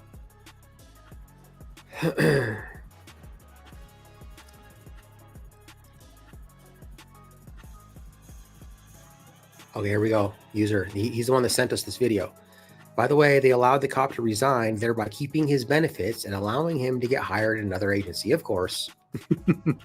Of course. I wish I could say that I'm surprised, but I don't think any of us in here are surprised by that.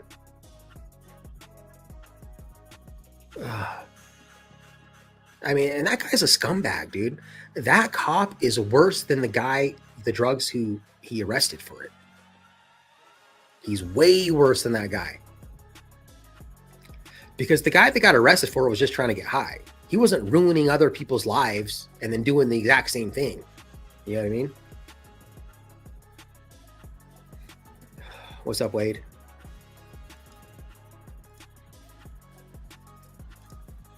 The craziest part is that he got high from the stuff he took from the dancing guy. And the pipe he used to smoke it was confiscated from another member of the public. Oh, okay. Was it? Yeah. And he was so arrogant. Remember how arrogant he was in the beginning of that video? Hey, man, you can only help yourself, man. Remember? You understand? You can only help yourself. And, you know, hey, man, you can either give it to me or I'm giving you a chance to give it to me. Like, he was so fucking arrogant, man. Fuck that guy, dude. All right, peace, G. Thanks for coming in, dog. Glad you're out, man. I'm gonna end this soon too, because I gotta. It's already 1:40. Fuck. I'll stay on for like 10 minutes.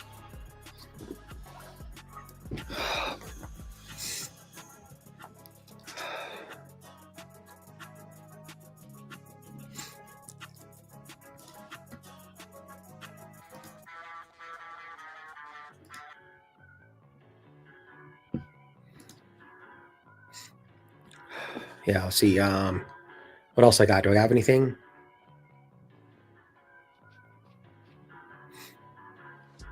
Trying to think.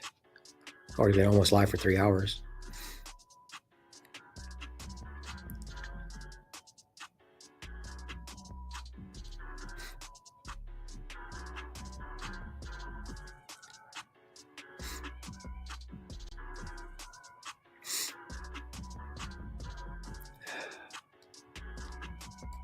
Got to put this pizza away.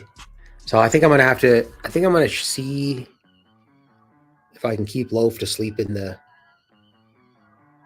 See, I always do this like every morning. He keeps peeing in the house, man, and like keep getting pissed. And I think he does it in the middle of the night. Is the problem? Because he doesn't do it during the day when I'm here. So I wake up and I see pee, and I gotta clean it. I get all pissed off, and then he doesn't understand why I'm mad. And then he just thinks I'm being an asshole. And like try not to like take it out on him because I know he doesn't know. At least I don't think he does. But then he's all scared, you know what I mean? I don't beat him up or anything, but you can tell I'm fucking mad.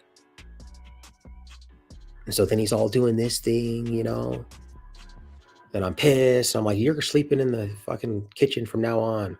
And then every night, I feel bad about it. He's such a pain in the ass, dog, dude. I knew I was going to get, this is my karma, dude. I knew I was going to get this. I'd never had kids, but I knew that whatever son I had was going to be a pain in the ass because of how big of a pain in the ass I was, dude. And he's just like me, dude. He's fucking just like me. He's rebellious. He's freaking defiant. He's stubborn. He's doesn't listen. He is troublesome, dude. He's a pain in the ass. I mean, I love him. I love Loaf more than maybe like anything. Like I literally might love him more than I love any other thing. I don't know. I don't know if I love him more than like a human, but and I love Minnie too, but it's just like there's something about him specifically.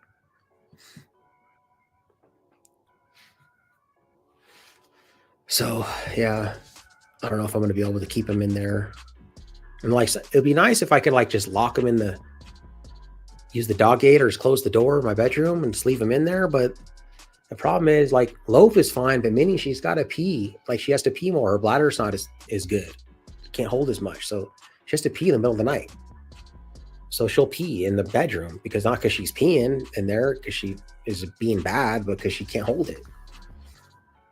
So I was just doing at Sweet Tea's house is locking him in the bedroom so Loaf wouldn't go pee, and then Minnie would go pee in the closet because she had to pee. So it's like an issue. Because like my dogs, they can just go out and pee whenever they want. They got the dog door. No, I don't, because we have the dog door and they just go out in the middle of the night whenever. I could try that though. Like I tried that. I was like, make them go to the bathroom before bed so they are fresh. But they wouldn't go. If it's cold out, Minnie won't go out there unless she like has to go. She won't voluntarily like, I'll go. Come on, guys, go. And they won't. So I would have to like put them on a leash and like take them out. I don't even know if Minnie would go. Sometimes Minnie, she's weird. She doesn't go like that.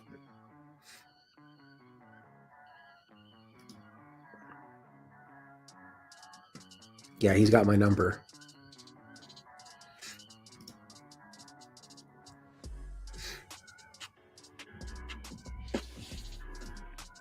I don't know.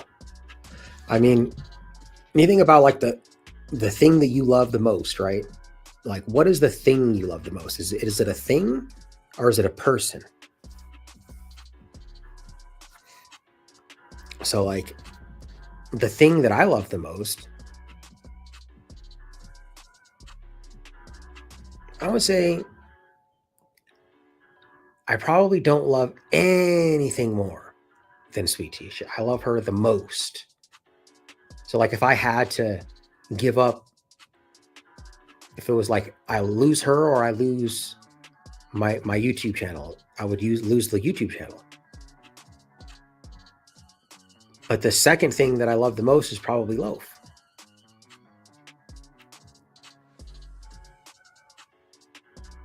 I don't know. It'd be a close one between Loaf and my mom. I don't know which one it would be. And then Minnie right after. That's it. My circle's so small, dude. It goes, my circle is literally Sweet Tea, Loaf, Minnie, my mom. That's it. And my sister too. My stepdad. But like, you know, like that's it. Those are my mains. I don't really love anyone else. I don't really give that much of a shit about anyone else. Like I don't give a shit about you. I keep my circle really small. But think about it. What do you love the most? You know what I mean? Because I thought about stuff like that. Like when I was put the DMA channel like such a high pedestal. And like, what do I love more than that? You know what I mean? Well, like there was one point in time where I thought I was going to lose Sweet Tea, right? And I didn't post a video for like 4 months because I was trying to work on us. I was just trying to like fix it. You know what I mean? I put her above my channel and my channel stalled out. I hardly have any views. I remember one of the troll channels was like making fun of me because my channel was sucking because it was. It sucked. You don't publish any videos for months. It just dies out. But like, because sometimes you think like, dude, this is everything to me, but it's not really everything. Like people always come before. They should at least. And then when you get tested, then you kind of figure that out. But like I said, you know, like a YouTube channel, it's not who you are. It's just your ego. You know, like if you're an electrician, you're not really an electrician. That's your ego. You know what I mean? You're not none of those things. You're not a brother. You're not a boyfriend. You're not a YouTuber. You're just a soul, right? All right, guys. Thanks for coming in. Everyone have a great night. Peace.